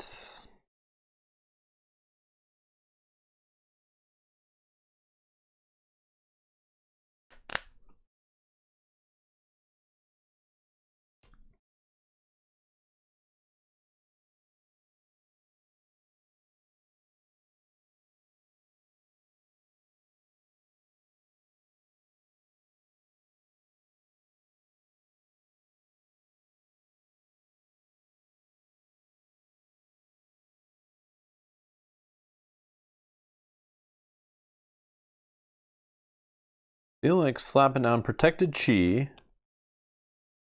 Get another chi card in play. I'm gonna hit my channeled effect soon, or my other side of my card here.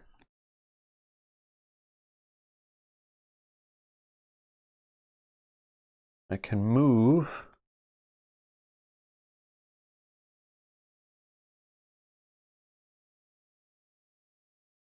Go beside this guy, get this item. I don't know. I could move into here and just attack, normal attack. I could do direct damage to each enemy engaged with me. None of these guys have any damage yet. Need to start fighting minions a little bit, I think.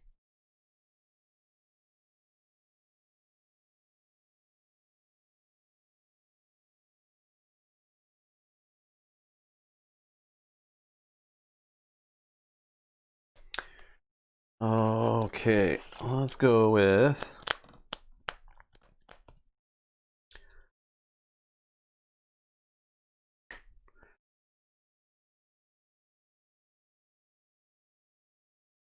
want some loot from minions.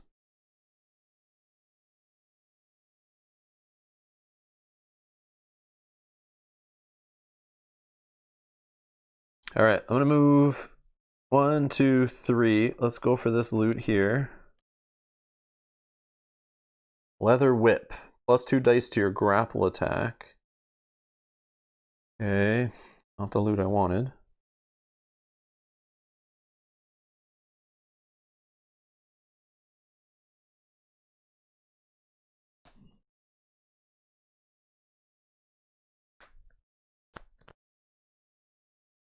And then we'll just attack this wand bow. 2 kick plus another kick here. 3 damage. Okay, 4 more and he's gone. Channeled effect.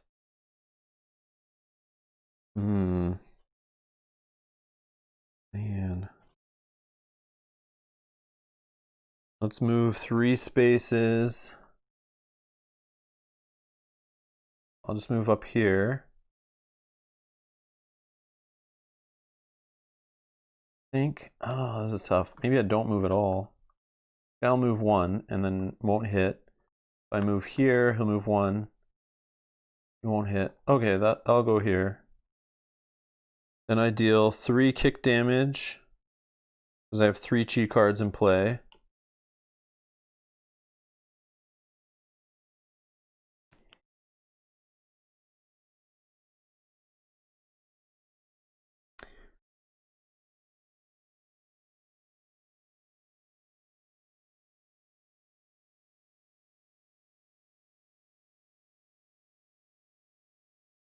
Yeah, I don't know.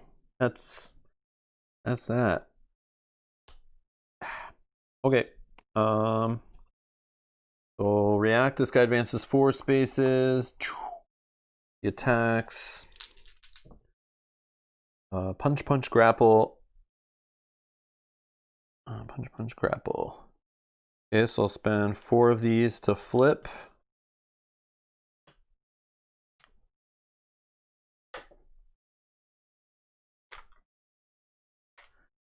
Okay, 2 spare.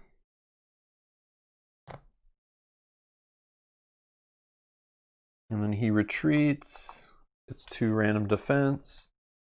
A kick and a grapple. Okay, this guy's getting beefed up. All right, then this wombo, 1 space. Doesn't hit anyone. Kick. This wombo doesn't need to advance.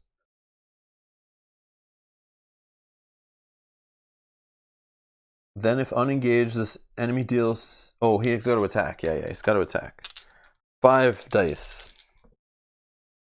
So the first hits are grapple, kick, punch, grapple. Okay.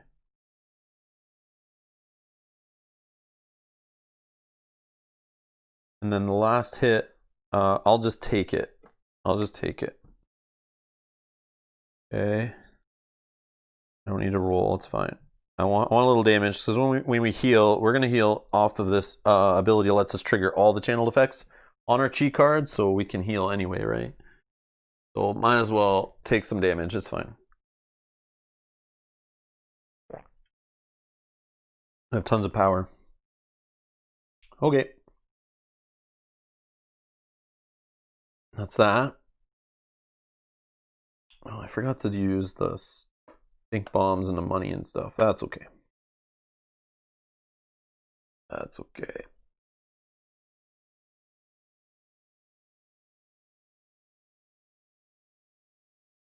All right, enemy. Oh, I draw a card. Protected chi.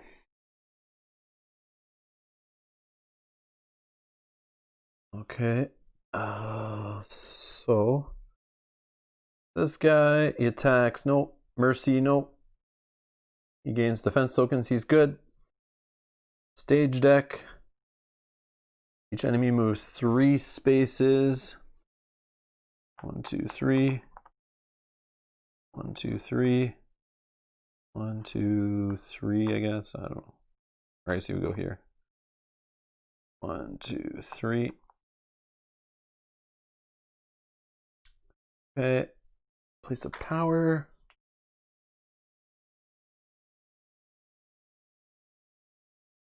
We draw a card. Act security system. Place 1 power on each inactive scared staff.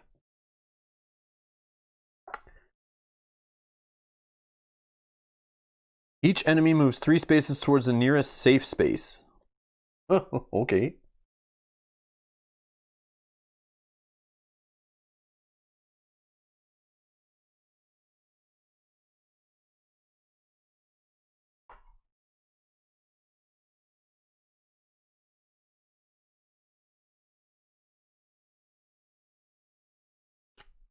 They're at the conference table. They've gone to the conference table in the middle of the office floor. All right. Or in the middle of the office. All right. So that was that. Draw. Then we need to go to our turn. We draw this. Jin is here. Green. This guy. Right beside me. 2-punch defense. Okay. Let's kill some minions. We get a random defense at the start of a turn. 1 kick. I'll exhaust it. I'll take a grapple, I guess. All right.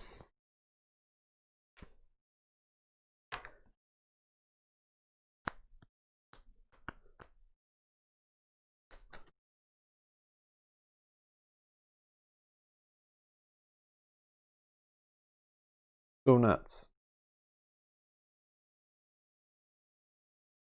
All right, we're going to attack with our beefed up powered attack, whatever. We'll start with that, I think. So I don't think playing any of these. I want to do, I think, a vaulting kick to help get me over here, finish off this enemy. Yeah, let's try that. Okay, so we're attacking this new minion that just came in. Rolling 3 dice. We get +1 kick damage. Okay, so we get an exploding. All right, so we do 2 kick damage. We get 3 kick defense tokens. We resolve the channeled effect on our chi card. We heal. Who do we want to deal the damage to?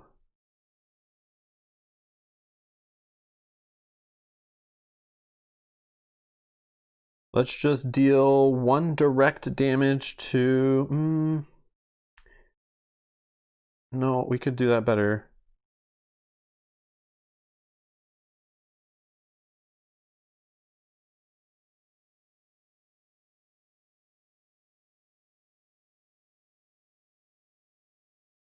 We can either 3 kick damage to this guy, finish him. But then my other channeled direct damage goes to waste. Or I do 1 direct to this guy, put some 2 away, move 3, go here, hit this blue one for 3 kick damage.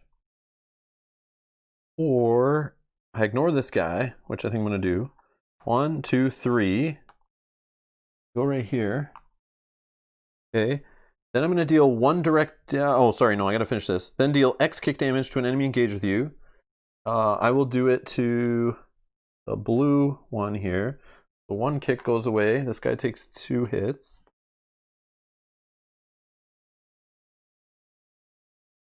Yeah, 3 kick damage.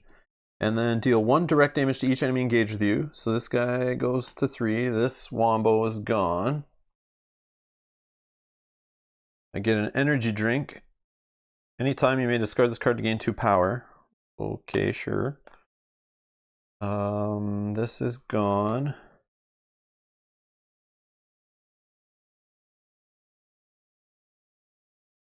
Yeah, okay, that's what I did. That's what I did. Okay.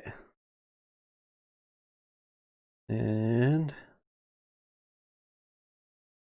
that was all my cheese. Then I flip this card, but then it'll flip right back because we'll discard 4 energy.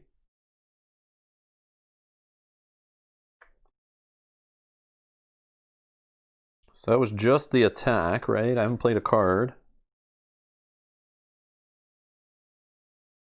So I'm going to do 1 grapple damage.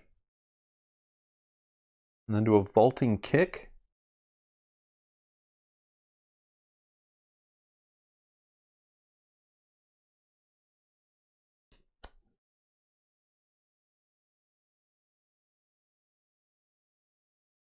Or I could just deal 3 kick damage. Nope, that doesn't finish this guy off.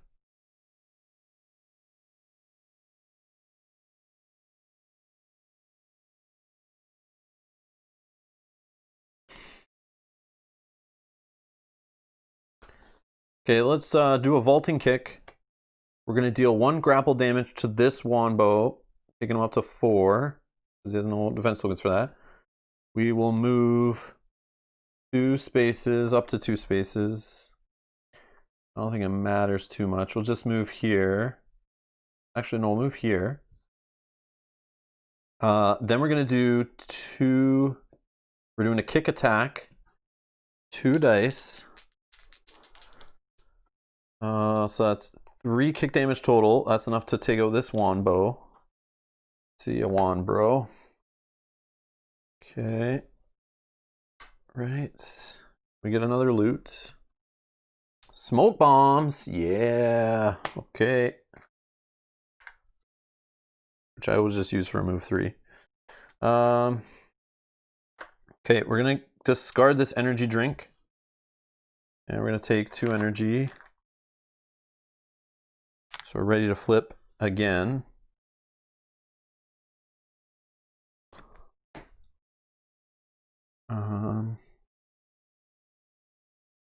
Let's exhaust.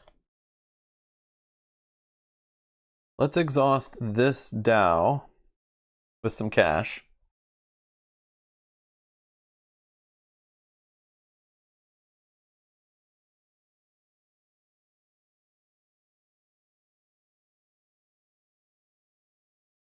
Then we're going to move 3...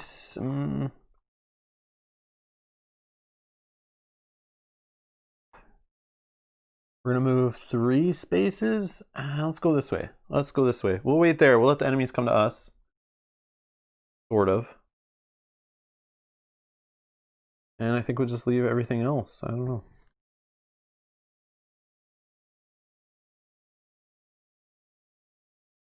Okay, so that's that.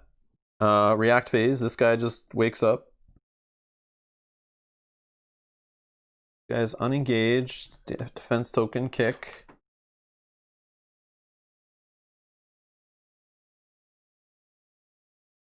Advances 3 spaces. Okay. Then I draw a card. Stage dive. Okay, so we're now in a position if we want we can discard a stage dive. Sort of. Alright. Now we go enemy. Nope. Nope. Each enemy advances 3 spaces. Okay, I'll go this way.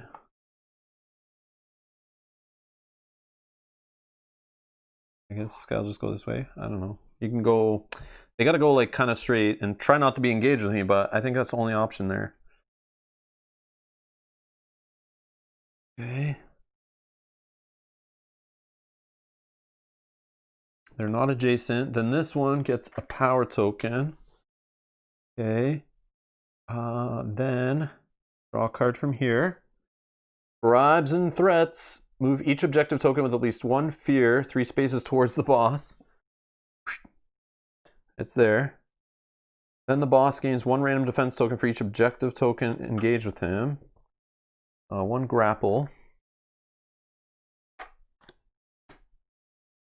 Sure. Now we draw from the enemy deck. Invincible freaking armor. Oh my god. That is crazy. Okay. So now, our turn again. Ready this up. 1 random defense. Grapple. Let's just get a punch while we're here.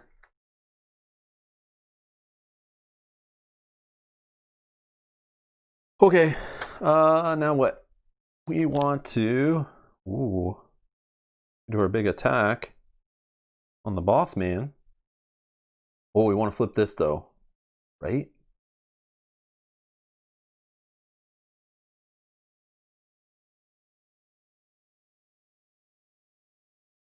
Yeah, I feel like we want to flip this. Much as I want to attack the boss. I don't know. I think I should flip, right?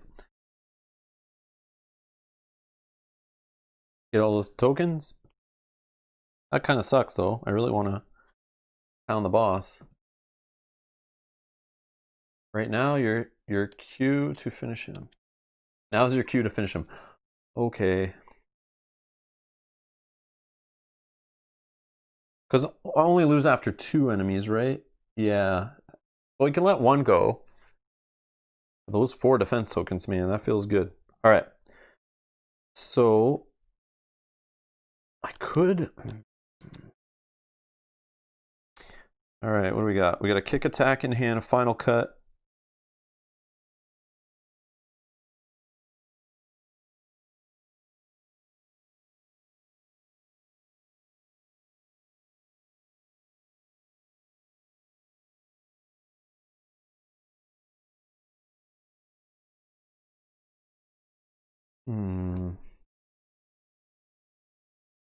Okay.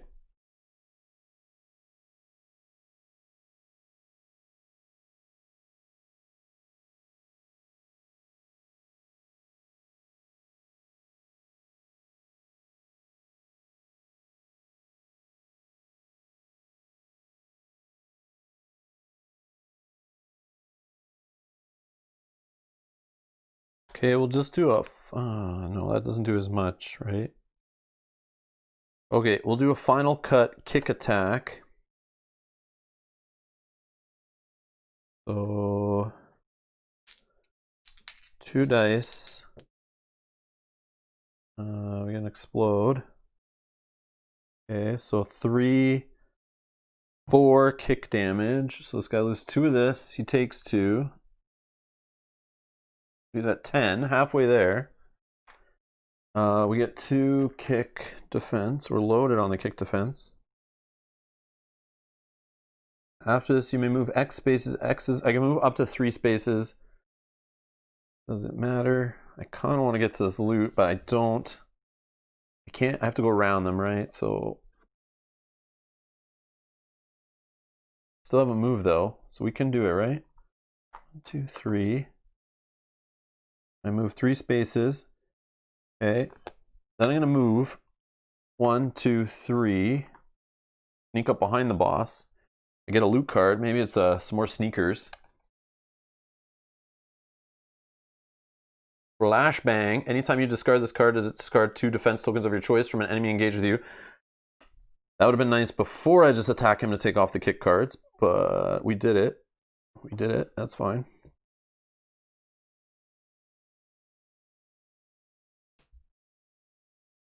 Sure, whatever. Okay. Now let's do this attack. 3 dice. And we're attacking the boss again.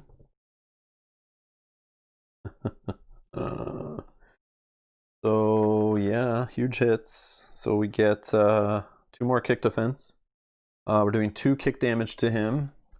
So he's at 12.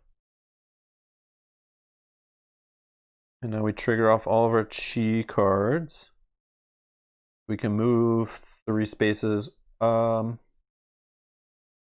don't think there's a point. No, we'll just stay where we are. But we can do 3 kick damage to him. Okay. So we're at 15. 2, 2. Yeah, he will get more kick defense. I know, that's why I'm not using it right now on anyone else or his other defense types, right? We're just focusing all on kick, all on the boss. Then I can deal 1 direct damage to each enemy engaged with me. So this goes to 16. We have 4 more. This guy will get 1. Okay. Then we flip the card, but it'll flip right back because we have enough power on it.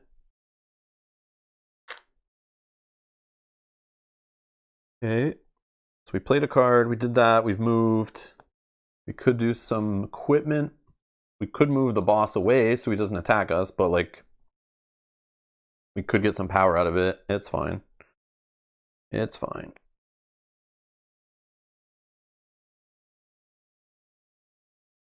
I mean, that probably would be smart, but that's okay. You can't move them far enough away that the objective won't get dealt with. So that's fine. Okay, react phase. This minion is going to attack for 3 dice. Kick, grapple, punch.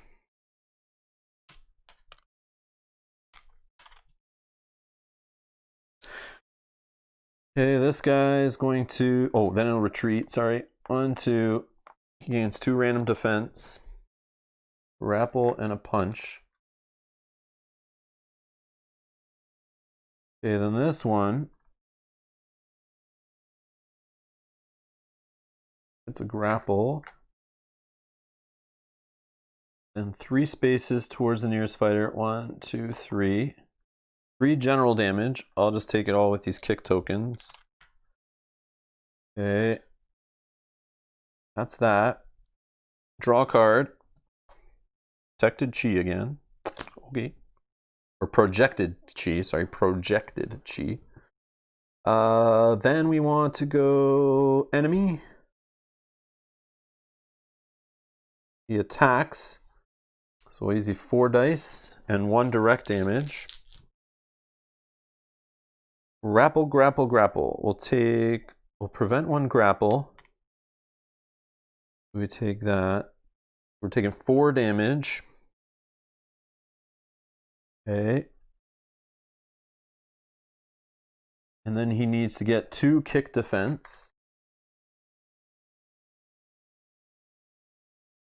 Okay. And then this one, for each defense token on this card along, discards it and deals each fighter 1 damage of the matching type. Then place 3 random defense tokens on this card. Kick, punch, grapple. Thankfully it wasn't 3 kicks. Alright. That's enemy. Now stage. Each enemy moves 3 spaces towards the objective. Okay, they're there. Then this would get its 5. And it's gone.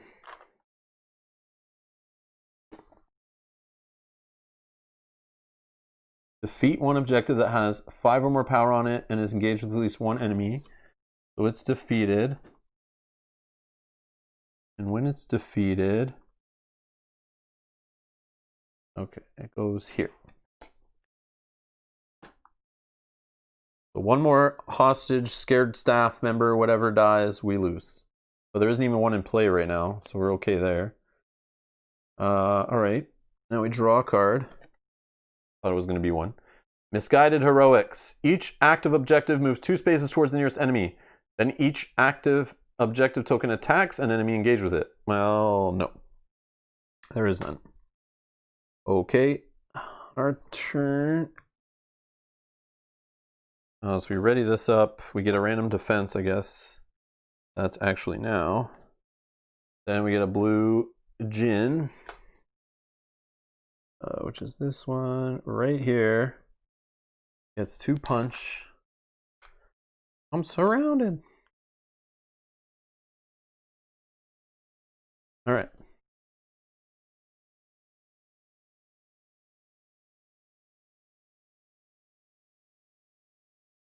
All right, we're just gonna kick the flashbang. We're gonna get rid of this and this, or is it only off of enemies? I don't know. I guess it doesn't really matter where, but we'll do it off here. Get rid of these 2 quick kick. Yeah, your choice of 2 tokens from the enemy. We lose his kick, but he has 1 over here too. But that's okay. All right. We're gonna do our big channeled effect, or our patience rewarded. Or you could use 1 power from smoke bombs to move yourself. Yeah, I probably should. I always forget to use that just for single moves to get out of the way of the boss hitting you. That's like super powerful for that. Usually I just use it to like rush to like closer to an objective or closer to a loot crate. But in this case, obviously it would have been better for that. But I'm being silly. I just forgot. It's too much going on. But it's okay. All right, so 3 hits plus a kick damage. This is 4 kick. He'll lose this one. So we do 3 kick. So that's 2. 3. He's at 18, 19. He's 1 away. If only there was a card I could discard to do 1 direct damage. Stage dive! We got him, right?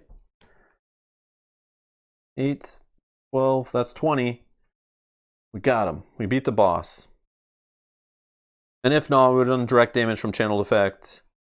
Or we could have done the 3 kick damage from stage dive.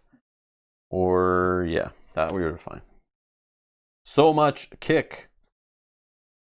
Yeah, she's very focused on the kick. Did I even see any other type of attack? Nope. I literally didn't see any other type of attack with her. No options but kick this game. Oh, there's the grapple coming. Yeah, this one I like a lot. The grapple.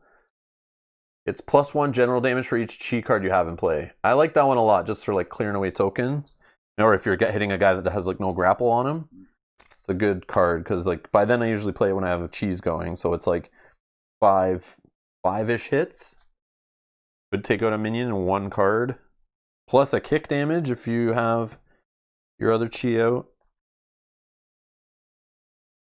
Yeah, where's my punch? I didn't have my punch. Yeah, there it is. That feels good. I really like Megan. I really love her mobility. I love flying around the board. I love it.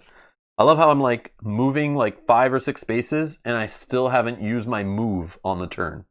Just by playing cards that have move effects, channeled effects that have move effects. I love it. I love just being able to fly around the board with her. Super thematic. Like, love it. And that's what you need. You need that for Along, right? Like really focused, like single target type of damage, right? Not this general crap from Natalya, right? This general just doesn't work. Doesn't work. Direct works though from Natalya. Direct damage works good against him, right? I would assume. And Kyoryu struggles to do good single target damage. Ah, okay. But yeah, that was cool. I like this one. I struggle in the app a little bit with it because what I think I was doing was flipping like the tokens too early, maybe. And like you said, I wasn't waiting long enough because I didn't understand like kind of how they got the power on them and how that all worked. But it was easier to see it kind of flow here in the physical version. I don't know. Maybe I just struggle with the app stuff, but it didn't like. Yeah, you have to like activate things one by one in the app to kind of really see what's happening and what your options are.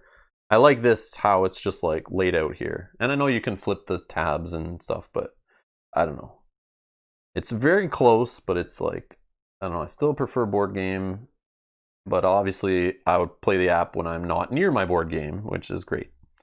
Yeah, I do like the app. I do like how I can get Street Masters practice in without needing to set up Street Masters. And still feels like I'm playing Street Masters. But yeah. And fiddling around with these tokens, man, that's, I don't mind, it's not bad, but man, trying to like, okay, I gotta put these all away every time because I have them in 3 separate bins. I don't just throw them in huge piles. And yeah, flipping the objectives too early would make you struggle. I think that's what happened. I don't know if I lost on it. I just remember it did not go as smooth as that. But I don't remember which character I was playing. I don't remember which enemies I was playing. That's the thing. It's like every stage can feel so different based on your characters, your fighters, and your enemies. Like I just love how it just plays different, like feels different. It's neat. Very neat. Like very fascinating to me. Which I like. But yeah, here I am cleaning up all my tokens, like making sure the right type go in the right little bin, and like that's only like a little annoying thing, but it's cool. Like I don't know how else you'd do it, right? But yeah, any questions? Any questions?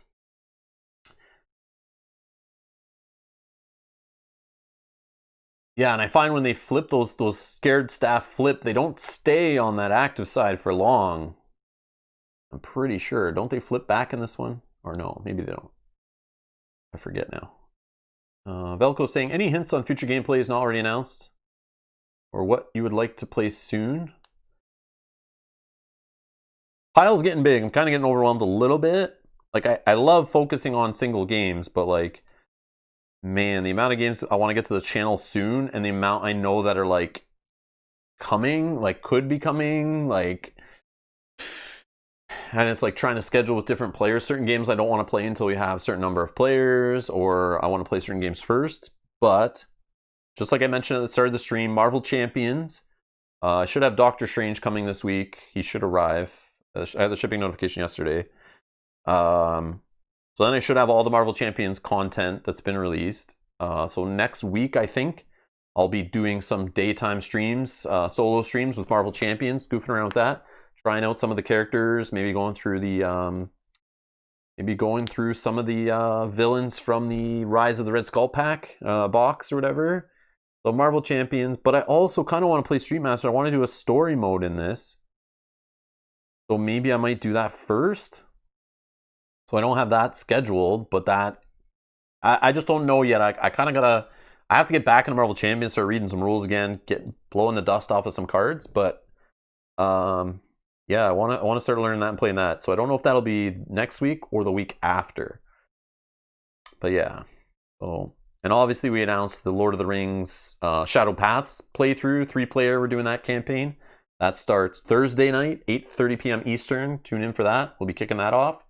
I scheduled this morning Wingspan Digital. I'll be playing that on Thursday, so if anyone's interested in checking that out. I don't know if that's the release date for it. I know it's still like in beta, but it is releasing soon. It might be releasing Thursday. But I do have it. I want to try to dabble with it before the stream. Let's see, what else? What else is coming? I don't know. I just want to play more Street Masters, to be honest. That's what I want to play soon. But I do want to play more Marvel Champions. I want to get that to the table. I also want to play Skytear. Skytear, we need to play on the channel at some point. Mel's still painting them. She's very close to being finished. So when we're done playing that, we're going to do a stream where we play that on like a weekend. Where we play Skytear. Try to go at each other in that MOBA-inspired game. And what else? There's other games that we have that I haven't even opened yet that I want to get on the channel, which I will really not mention yet until we get closer to playing them. I'm trying to think of what else is up there. But yeah, that's all I can think of right now. But there are other games I just don't really want to mention. But yeah, lots coming, lots coming. And also, like we were talking about at the start of the stream, I need to still play a couple curses from 7th Continent. That's what I want to play, some solo 7th Continent at some point soon. And of course, 7th Citadel Kickstarter kicks off next week. So that obviously has me excited to get back into 7th Continent. I want to do that, so that'll be soon. Yeah, we'll see. Just other stuff, other games that should be on the way that we'll see. I ordered the Too Many Bones stuff from the 3rd wave, so Splice and Dice, the Lab Rats, and Dart. Hopefully I get that in the next couple weeks and we can get that on the channel as quick as possible. So the Too Many Bones content. There's other stuff. There's other stuff coming in orders too that I placed like months ago that I pre-ordered games and stuff that should be coming. But yeah, I'll wait till we get them and then I'll talk more about it. But try to just focus on the next week or two. But man, there's quite a bit to play, Velko. No lack of content coming to the channel for sure. No lack of choices of games to play and content in the games. So yeah, but more Street Masters, more Marvel Champions. Also, whenever it hits retail next, why did I just brain fart on the name? Spirit Island, Jagged Earth, right? That expansion. I want to get a hold of that and start playing some of that again. So whenever that hits retail, I want to grab that expansion. And also the Aeons and Outcasts expansion. Whenever that hits retail soon, I want to try to grab that and get that in, and we start playing that too. So more Aeons End, more Too Many Bones. Cloudspire stuff's supposed to be delivering this fall or winter, I think. The expansion stuff for Cloudspire. So that will be coming to the channel eventually. Man, so much stuff, so much stuff. Anyways, gonna be busy for the rest of the year. Anyways, thanks a lot for watching, everyone. I'm going to take off now. I got to go set up. We're playing some more Aftermath this evening. I think it's at 7:30 p.m. So that's in like 2.5 hours. We'll be back streaming again, Mel and I, continuing our playthrough of the Aftermath campaign. So we'll be back on for that soon. So I have to clean up this, set that up. So we'll be back in a couple hours. Thanks a lot, everyone, for watching. Thanks for your support. I will see you in the next stream. Bye-bye.